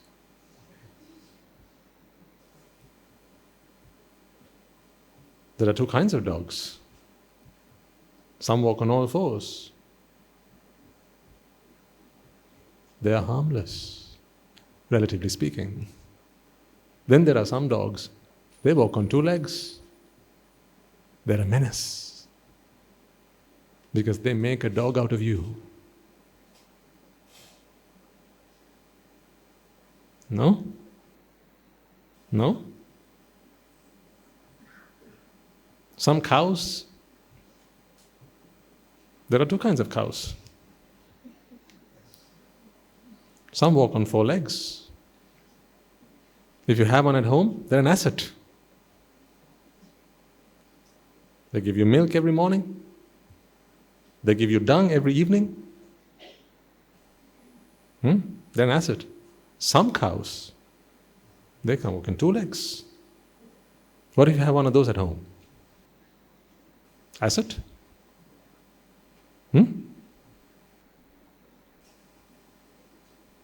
What's worse, if you have a son, if you have a daughter, when you send them out,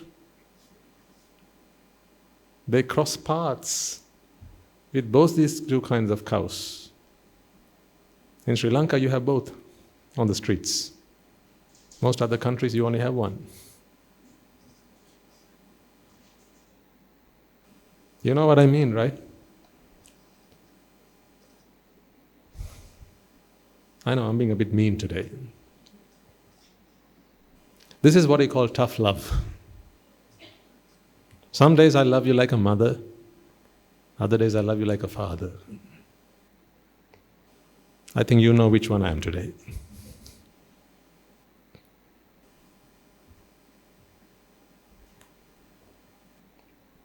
But this is all the reality, this is all truth, ladies and gentlemen, this is all truth. Every syllable I have uttered ever since I sat on this chair, it's all the truth. I have no right to say anything but the truth. Once I ascend to this throne, this is the throne. Once I ascend to this throne, I can only speak the truth. I can't sugarcoat things for you. I can't paint a lovely picture for you to go and live like lovebirds. So that plan you have in your mind about retiring with your other half, your better half, and walking down the beach, right, listening to the seagulls and the waves crashing on the beach, right? Although you think you have your life planned out for all that to happen, right, I'm reminding you that on your way out of this building, you will trip and you'll fall on those stairs. And if you bang your head on the wall or on one of those stairs, that's it, you're a goner. You're a goner. That's it.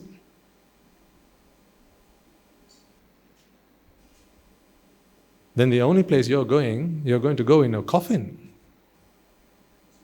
That's where you're going. Don't good men die? Is it only bad men who die?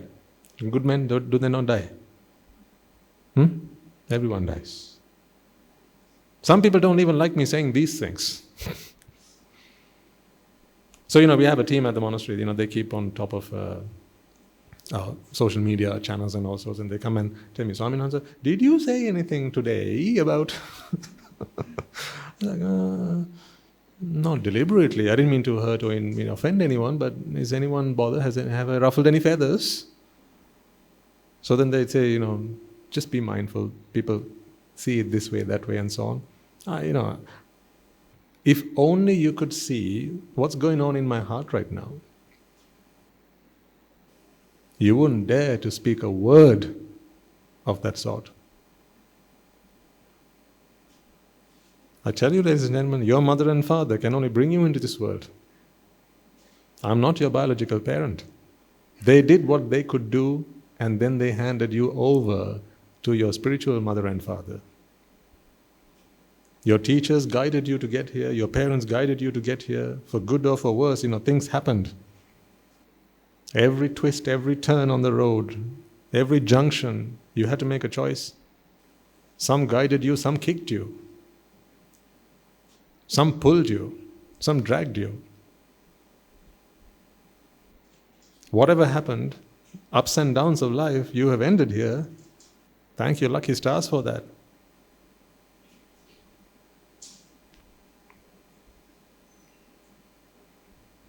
Whatever good or bad has happened in your lives, the end result is that you're here today.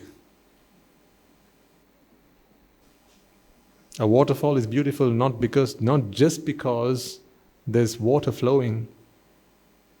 There are some places where it has to pool up because there are rocks that stop its flowing. Then there are some that'll get in the way of that stream. And then what was flowing like a stream of water, now it was a streamlined movement, now it is bothered. It is disturbed. And it changes direction. And then at one point the water collects.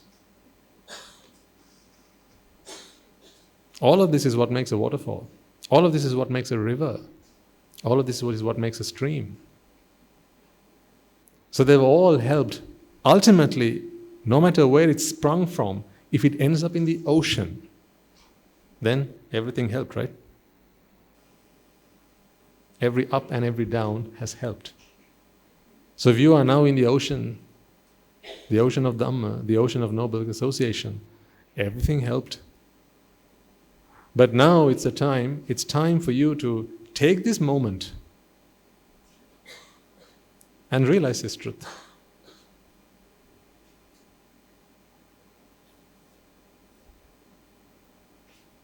But I'm conscious that, like I said, sometimes I have to give you tough love. Sometimes it's very soft love.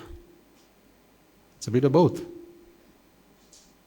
Sometimes I ask myself, would you be offended if I've raised my finger like this and spoke to you? That's the fingers usually used to tell people off, right? But it's not to tell you off.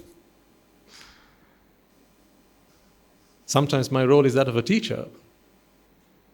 Sometimes it is that of a parent. Sometimes it is that of an elder brother. Sometimes it is that of a good friend.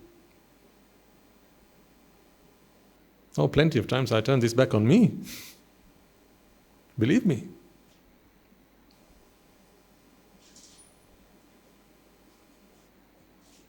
That's why I say, if you could just keep your mind to what's going on in my heart right now,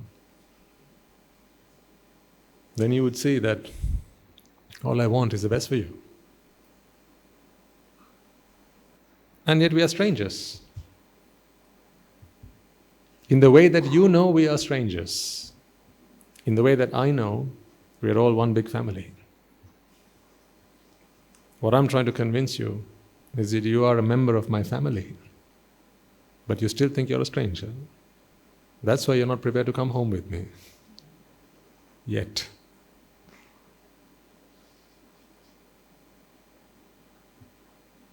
But do open your eyes to this reality. Here's why I ask of you. I'm not trying to deprive you of the pleasures of your life.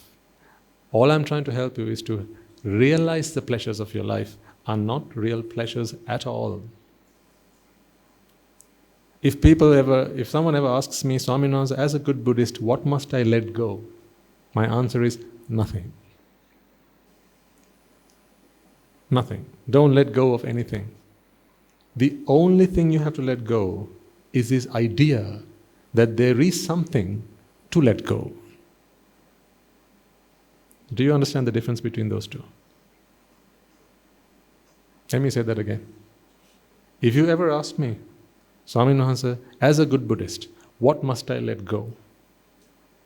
What are these things that belong to me that I must let go? Which of those things must I let go?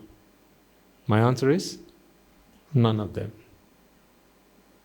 The purpose of Buddhist philosophy, the purpose of the Buddha's teaching is not to let go of anything.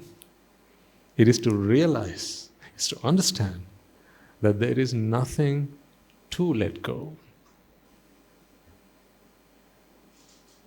And that, ladies and gentlemen, is a realization. Nothing to do with letting go. You just have to realize that. What must you do to realize? In some ways, nothing. There's nothing to do per se to realize.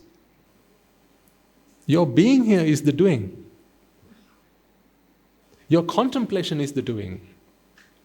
As I teach you these concepts, you coming along with me, you applying these truths into the lab of life, that's your doing.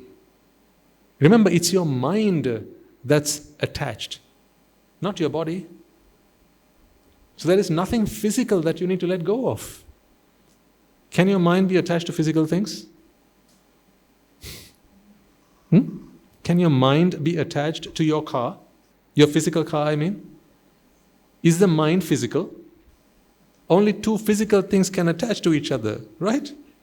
Only two physical things can come close and come into contact with each other. So how can your mind be attached to your car?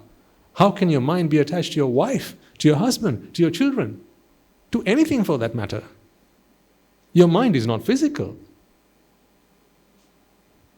It's a mind. Think about it.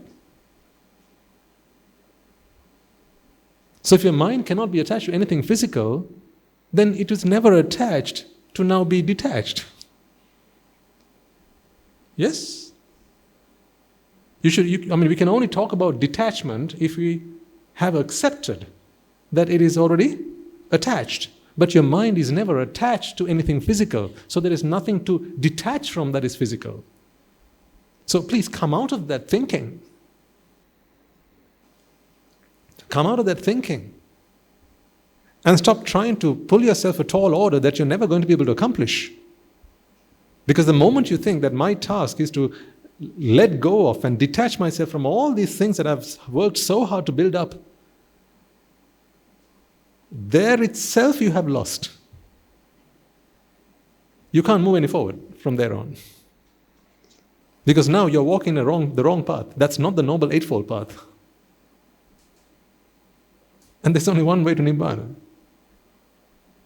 Not any old path, Eightfold Path. We can't do Nibbāna the way you and I like. We have to do Nibbāna the way the Buddha taught. He's the one who knows. But once you enter the path, you realize, it makes sense now. Not because the Buddha said so. It makes sense now. Until then, at least, we have to do it the way the Buddha taught.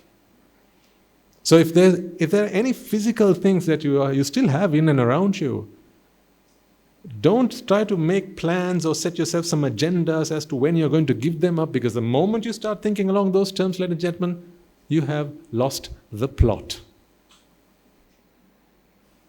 Your mind is not physical, therefore it cannot be attached to anything physical, so it never was attached to anything physical, therefore let's not talk about detaching yourself from something you were not attached to in the first place. So what are you attached to then? Your mind can only be attached to something mental.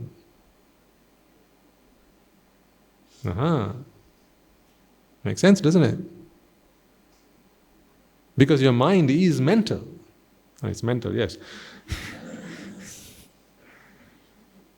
But your mind, being a mind, can only be attached to something mind created.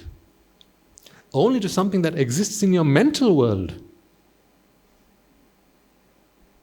Your car does not exist in your mental world. Not the outside car. That means you have a car in your mind. That's the car you're attached to. Because you think that is a car. How can you fit a car into your mind? It won't be big enough.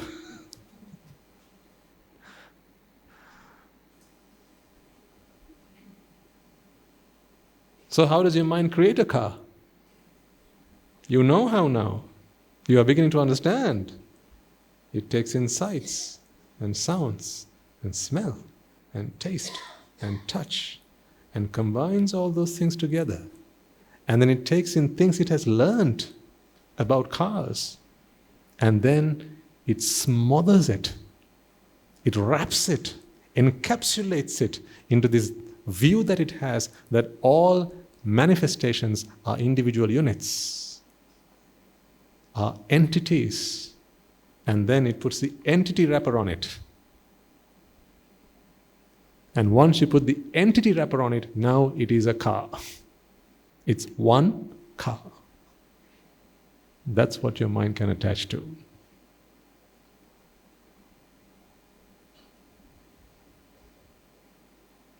So, was that car physical or mental? It's a mental fabrication. So, what do you have to let go now? Nothing to let go. You just need to realize what you just did there. What you just did there is what you need to realize. That it is your mind that's cooking up all this. Just realize how the mind works, and how it brings sights from one side, sounds from the other side, smell, taste, touch, takes information from your memory. And then with the views that it holds, that there are such things called entities. You feel that you're an entity, don't you? It's the same thing that the mind does. When sight, sound, smell, taste, touch come in from your 5 senses, and then it brings all that together, and it puts an entity wrapper on it. Now that becomes an entity. It becomes a unit, a fixed thing. Once that happens, now your mind starts to deal with entities. And with entities, your mind knows it can attach, it can like, it can have preference, if it's merely a manifestation. Once the mind understands that this is simply a creation on the inside, it doesn't stop, but you realize that that is what's going on.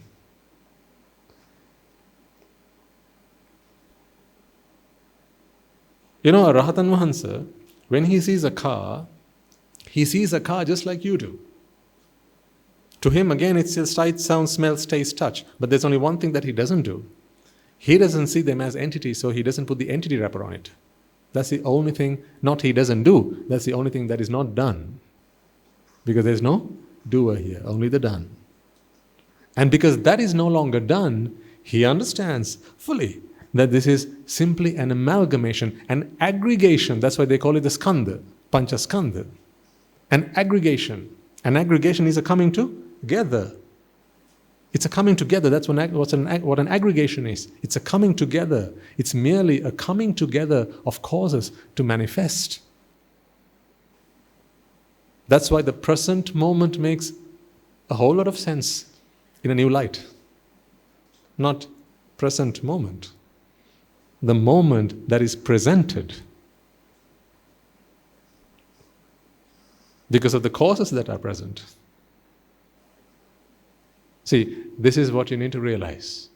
Now, once you realize this, the wrapper doesn't go on anymore, because you realize there are no entities for me to pull this entity wrapper on. When you realize there are no more entities, all are skandhas or aggregations, ladies and gentlemen, that is Nibbāna.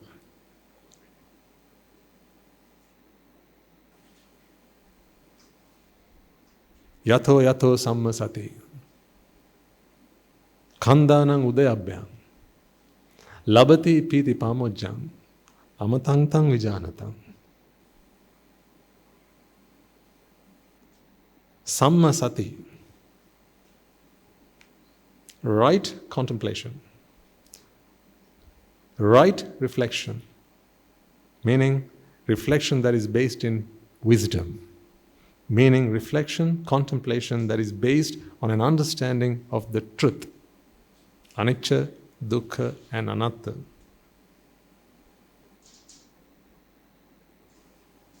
Khandanang udayabhyam. Khanda. What do you know is a khanda? Skandha. The aggregates. It is the aggregates that rise and pass away. They arise and they pass away. They come and go. Udayabhyam. When there are causes, they manifest. When the causes cease to exist, they cease manifestation. That is what Udayabhyam is. Khandanang Udayabhyam. Labati piti pamojjam. What is priti pamojjam? Joy. Happiness, fulfillment. Liability is to receive, to achieve. Amatang tang vijanatang. What is amata? That is Nibbāna. One who is able to understand and perceive that what there are aggregations, not entities. By having gained true wisdom and begun to see all manifestations through insight, he has gained happiness and joy and bliss. Because he sees the world through the lens of Nibbāna.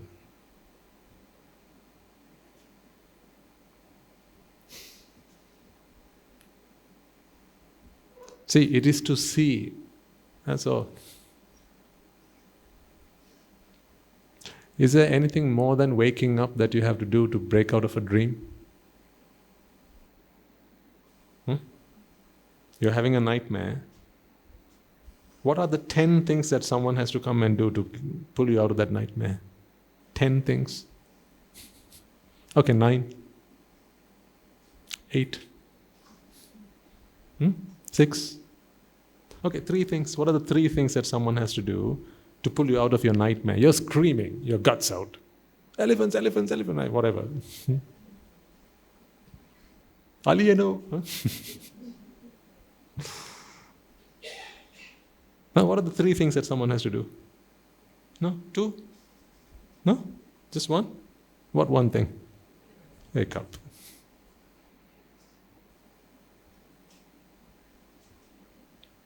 Wake up. See, you know. You know the drill. It's just to wake up. So once you've woken up, now do you have to chase the elephants away as well? Huh?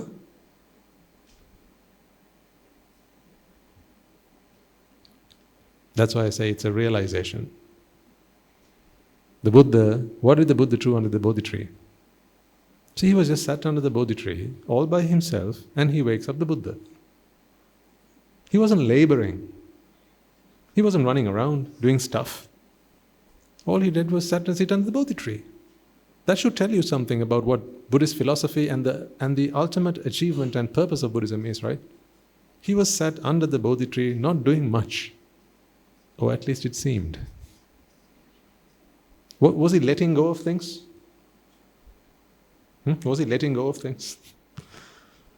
So if he was letting go of things, was he half a Buddha when he left the palace? Because he'd already let go of his wife, he's let go of his 3 palaces, he's let go of a kingdom. Was he half a Buddha when he left the palace? How much of a Buddha was he when he left the palace? 0. Yes. But he'd let go of all those things. So it's not about letting go then.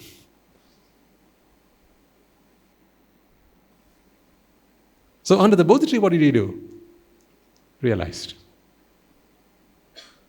Realized that there was nothing to let go. Wisdom is the key, ladies and gentlemen. Wisdom is the key. Perfect your wisdom. But you can't perfect your wisdom just by being wise. Do what wise people do. They help others gain wisdom. To gain wisdom, there's a certain level of, what shall we say, comfort you need. Look at what people have done for you. See, when you walk through those gates, they don't just say, right, keep standing, Swami wants to come and preach to you. Because if you need wisdom, that's all you need, right? You just need to hear these words. Why do you need to sit down? Huh? Do you somehow get more wisdom when you're sat down? Do you? So why do we need the air conditioners? Why? Why do they need washrooms and have them made freely available for you to use?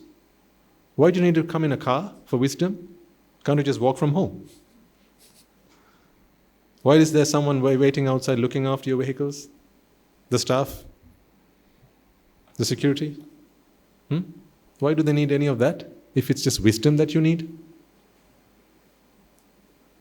Why? Why should there be water coming from the taps? Why should the floor be swept? For wisdom.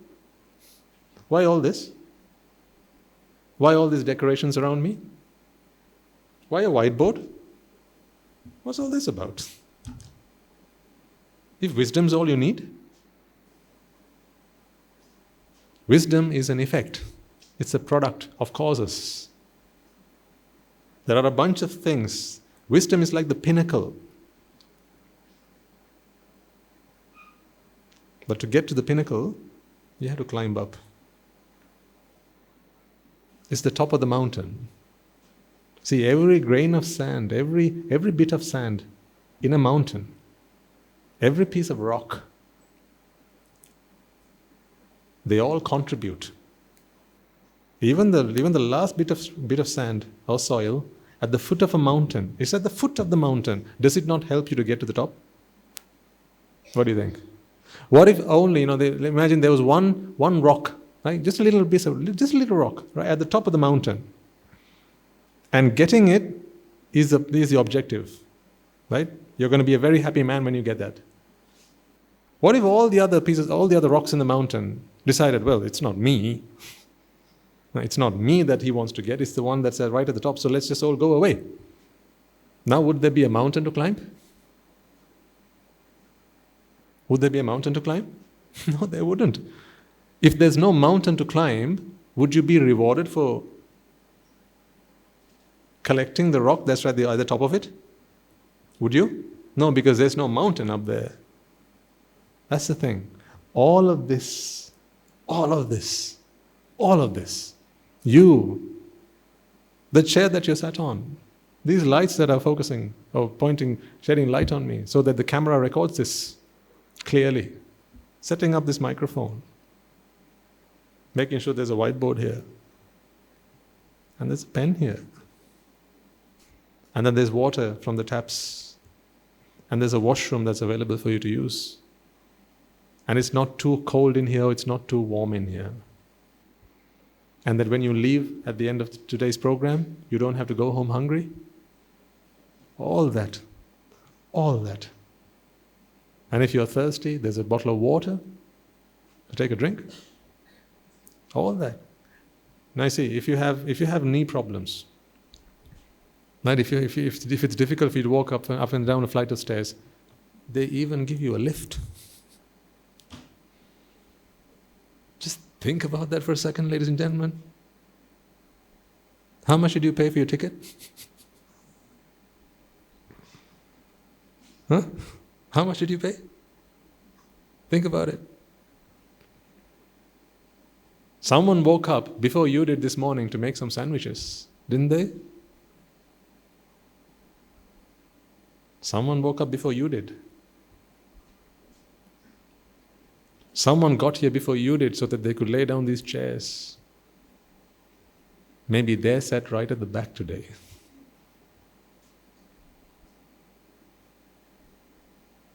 Someone held an umbrella to the Swami Maharaj as he walked out of the car and came all the way up, because when you look at that sight, it's quite graceful.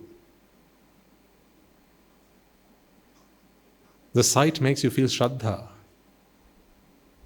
Oh, the Buddha Sasana. You begin to imagine what the Buddha might have been like, how the Buddha might have treaded, how he might have walked forward, how he might have proceeded.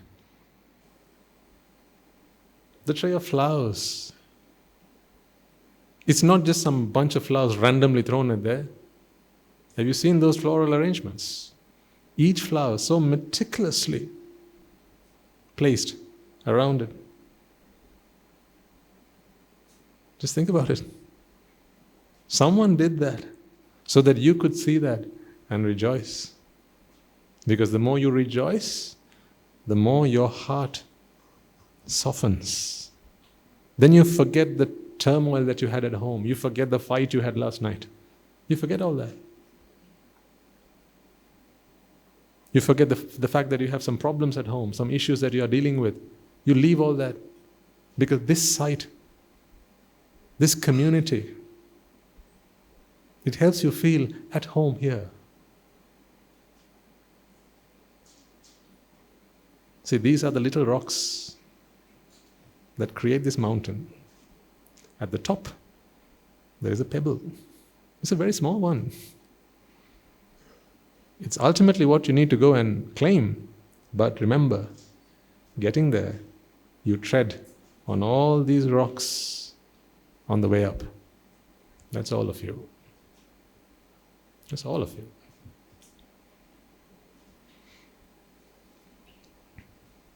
This is the truth.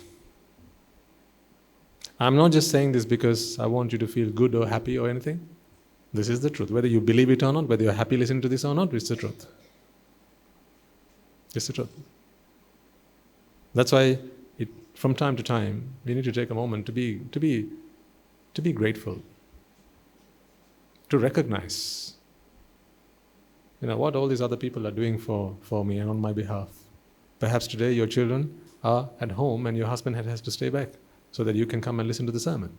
Maybe the wife decided to stay back today so that the husband could come and listen to the sermon. Maybe someone you work with, one of you always has to stay at the office. So maybe every other week you have some kind of arrangement. Or every Sunday they have promised you, don't you worry, I will stay at home or I will be coming to the office. Sundays, you're free. Go and do what you like. I understand why you're doing it. You want to achieve something spiritually liberating, something greater than what I have been able to do in my life. I don't know what you're doing. I don't know how to get there, but it seems like you have found something. Go forth, go yonder. And they have created this environment for you and freed you. Don't forget that. This is why I said earlier, any mother and father can bring a child into this world. Sometimes it can even be a mistake. But once we're here, what's more important is actually to learn what being human is all about. If we can't appreciate what another human being does for us, if we don't see how they contribute so that you realize that all of this is simply fool's paradise. It's not just what the Swami Maharaj is doing here by giving you a sermon, ladies and gentlemen. I couldn't preach to you and make you understand this, or the first thing that I want you to understand, if you were not comfortable where you're sat right now. Because your mind would be bugging you about it. If you were hungry right now, you wouldn't be able to focus on this.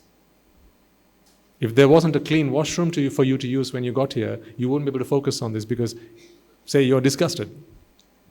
At home you're okay, but here you don't want to go because you think that it's not clean, it's dirty. If it was so, you would not be able to listen to, or at least understand what I'm saying. You might be able to listen, but you won't understand because your mind would be busy focusing on something else. If it was too hot in here, you won't be able to focus on what I'm trying to teach you. See? Do you see? As I say, it takes a whole village to raise a child. One mother and father is enough to bring a child into the world. But to raise a child, it takes the whole village. So bring your child here. Bring your child. That child might be 6, it might be 60. Doesn't matter. Bring your child here. Because in the face of Dhamma, they're all children. At the foot of the Buddha, even the great elder Sariputta Thera was a child. Then, what is there to be said about the likes of you and I? So bring your child here.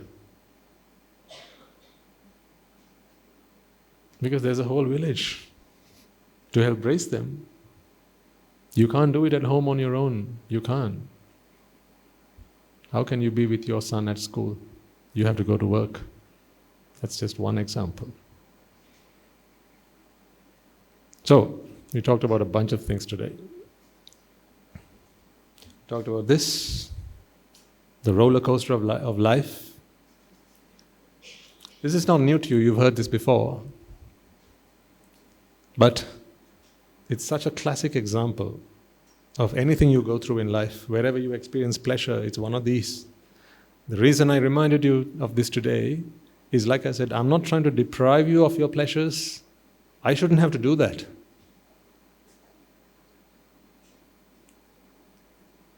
You should come to your senses and realize that pleasure is not something worth having, because it's overrated, it's misunderstood, it's misinterpreted. That's when pleasure seems pleasurable. It's when it's misinterpreted. Interpret pleasure carefully, clearly and correctly, then you'll realize Swaminwanse need not deprive us of our pleasures. Pleasures itself is the curse. The Buddha says in his own words, it is because the Buddha and his likes continue to teach people about the realities of these things that they will eventually and one day get to Nibbāna. But it's because of pleasure itself that it becomes that difficult for people to break free from that vicious cycle. Because every time you experience pleasure here, what do people do when they stand up? Once they get out of the cart, what do? They go and join the queue again. See? Here's the killer. Here's the killer. Pleasure is as ugly as it gets. What's the ugliest thing in samsara?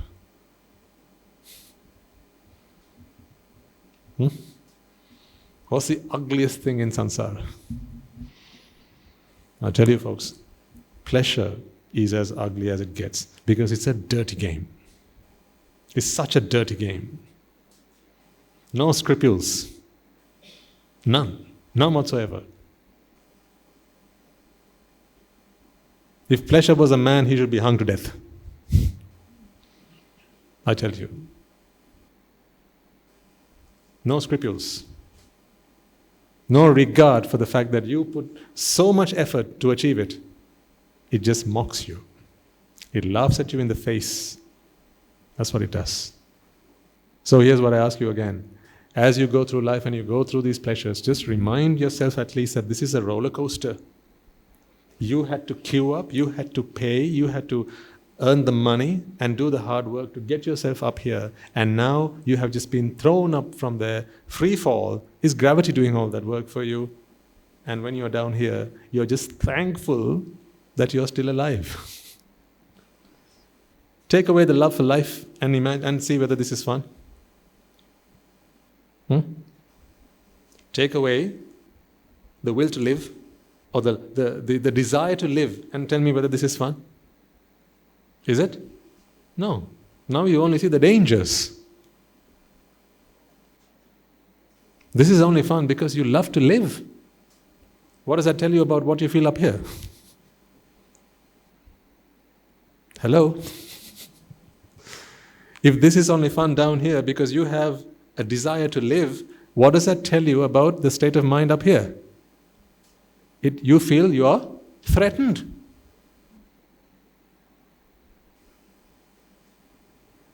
If someone walked up to you and held a knife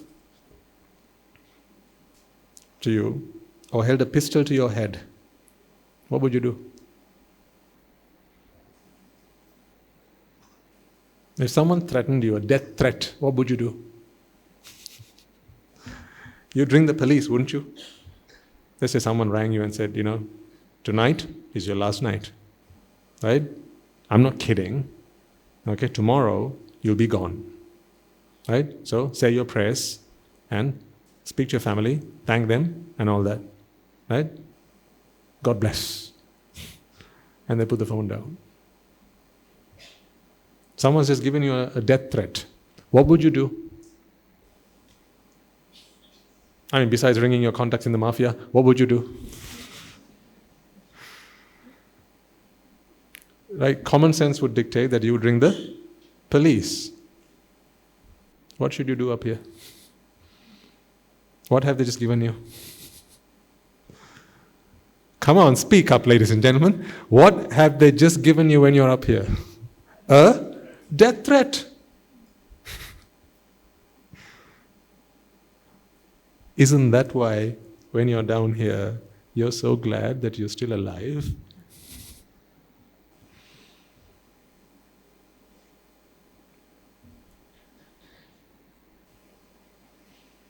And I don't just speak of the roller coaster. This is only a metaphor. So anytime you go through pleasure, please remind yourself of this reality. Next, be grateful for everything you have. For the life you have, your parents, your teachers, your friends, your colleagues. That's why we do a merit transfer at the end of every sermon. Because we know that this is not simply my doing. People have given up their time for me to be here today. People have made incredible sacrifices so that I could be here today. Now look at yourselves, you're beautiful people. You're presentable. You're nice, you're gentle, you're kind, you're soft-spoken.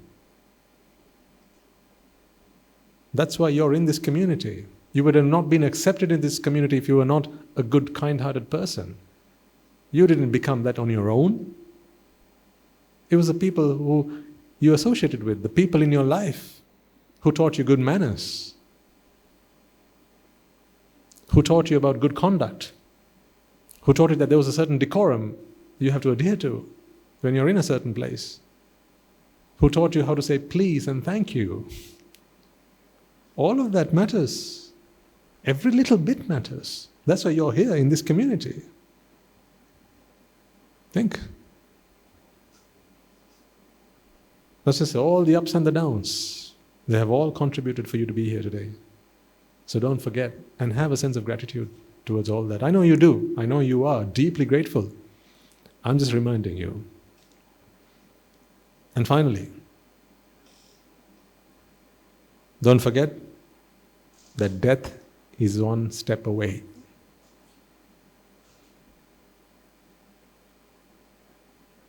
It's not that death is catching up with you, you are catching up with death. It's not that death is one day going to come and get you. Death is there. You just don't know where it is. You keep going. Don't forget, you are walking right at it. You're walking right at it. See, you could lose your direction and get lost going somewhere. Would you ever get lost going to death?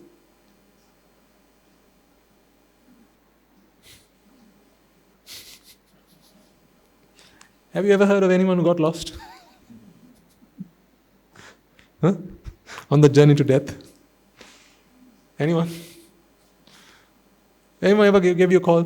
You know, I was going to death and I got lost. Where do I turn from here?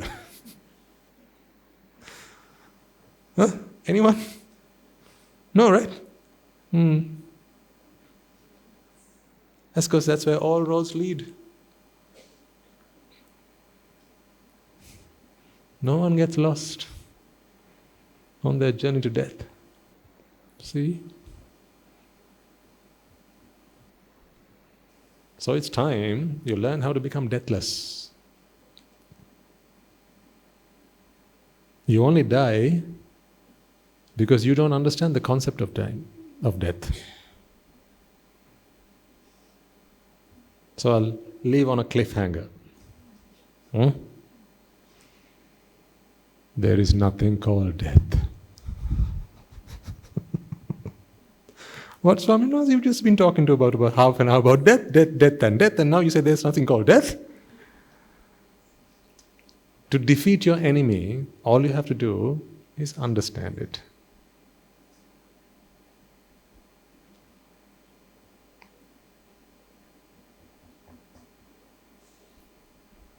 The words are simple, but the truth behind it is very profound. To defeat your enemy, all you have to do is understand it. Under the Bodhi tree, the Buddha realized death. He realized disease, decay, old age. He realized.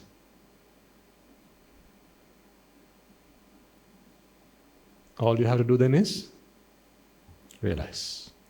Once you have realized what death is, you become immortal.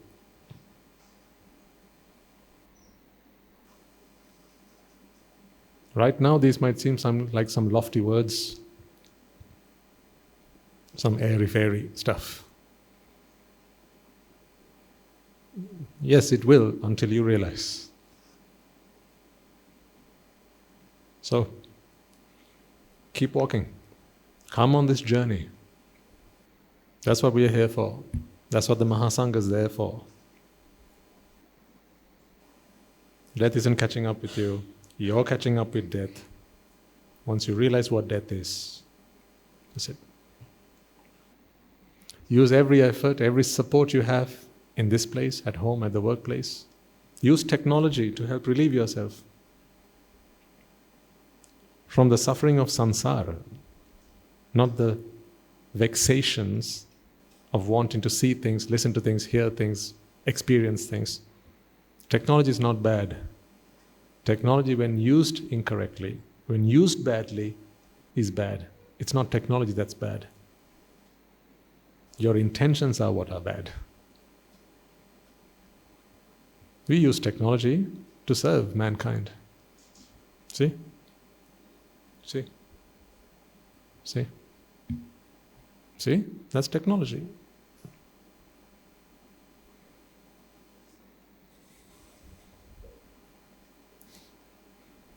Okay? And finally, among you will be those who feel they're ready or getting there. Make yourself known. Make yourself known to the Mahasangha so that they can give you an extra bit of support. We like to think ourselves as merit magnets. Merit magnets. We don't have merits to save you. Your merits save you, but here's what we can do. We can be a magnet to attract your merit power to help save you. Like the ATM.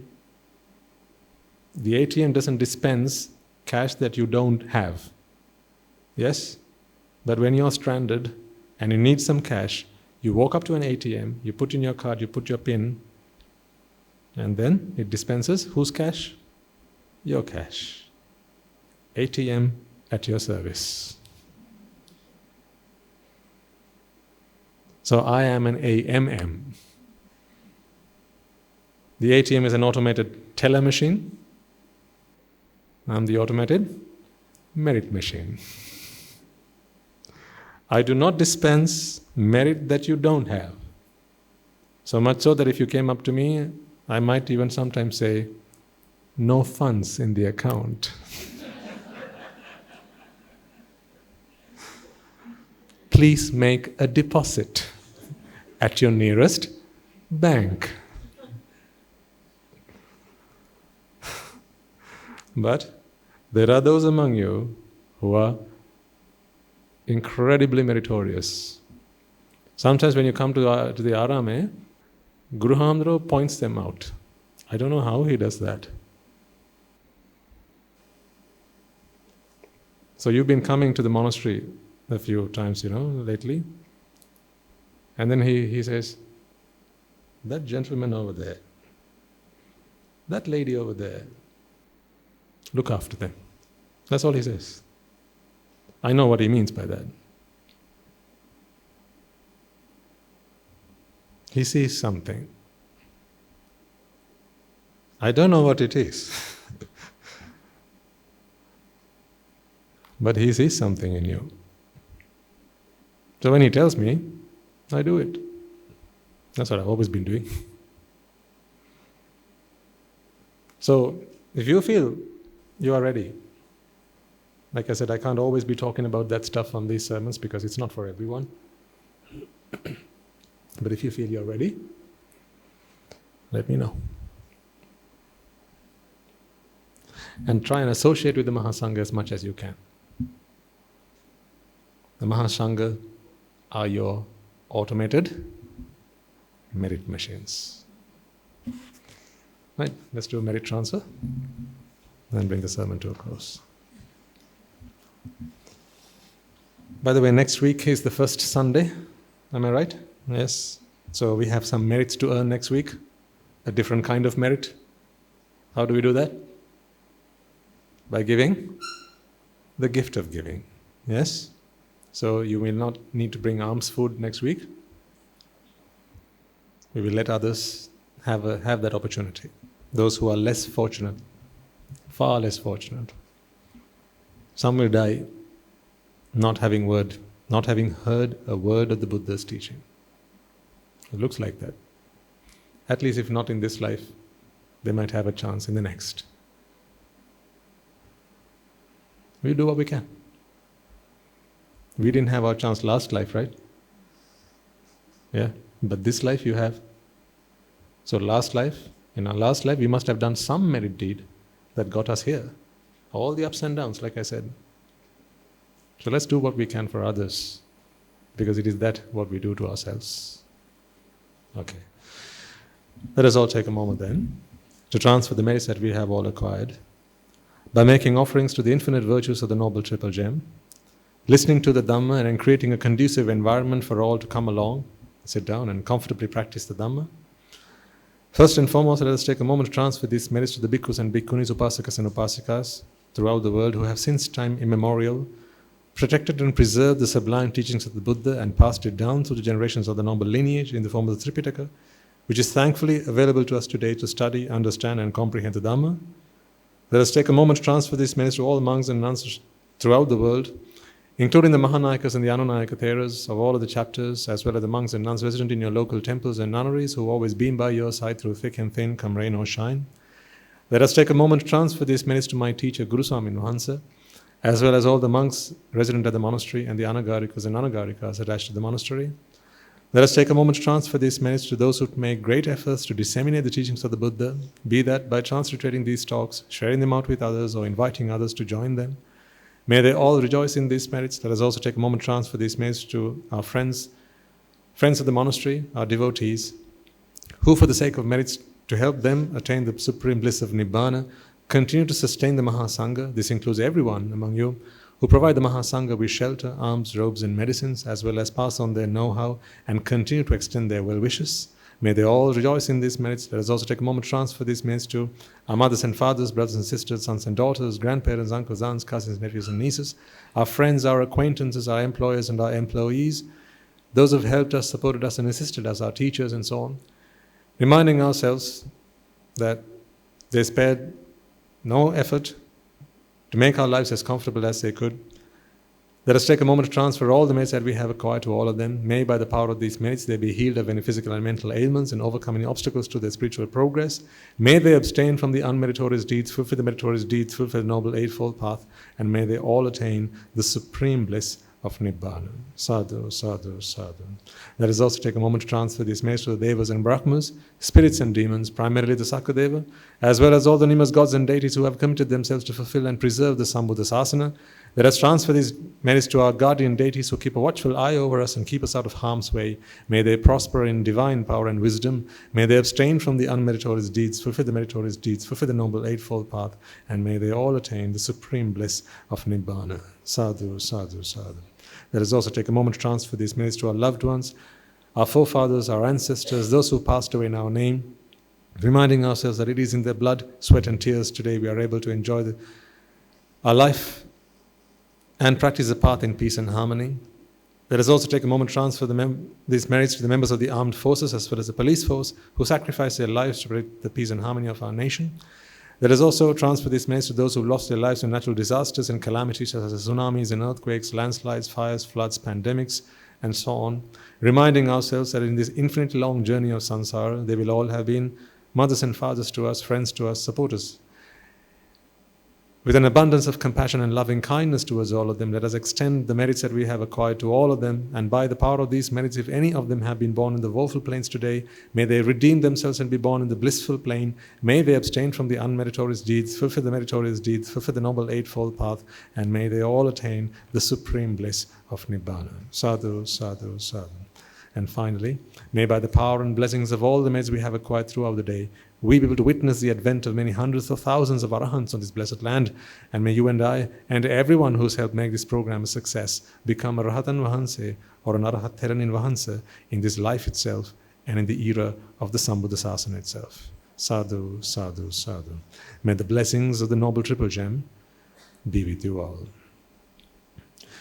The members of the Mahasangha will now transfer their blessings to you. Raga ginnen nidatva, dvesha ginnen nidatva, moha ginnen nidatva, Nibbāna parama sukhayen sukhita-tara vetva. Nibbāna parama sukhayen sukhita-tara vetva. Mamada siyalu loka siyalu satvayo Nibbāna parama sukhayen sukhita-tara vetva. Nibbāna parama sukhayen sukhita-tara vetva. Nibbāna parama sukhayen sukhita-tara vetva. Rajagini niveva, dveshagini niveva, mohagini niveva, nivan sapa labeva, nivan sapa labeva, nivan sapa labeva. තුනුරුවන්ගේ සූසි අනන්ත මහා ගුණ බැලෙන් සියලු ලෝක සියලු සත්ත්වයෝම නිබ්බාන පරම සුඛයෙන් සුඛිතතර වෙත්වා. සාදු සාදු සාදු.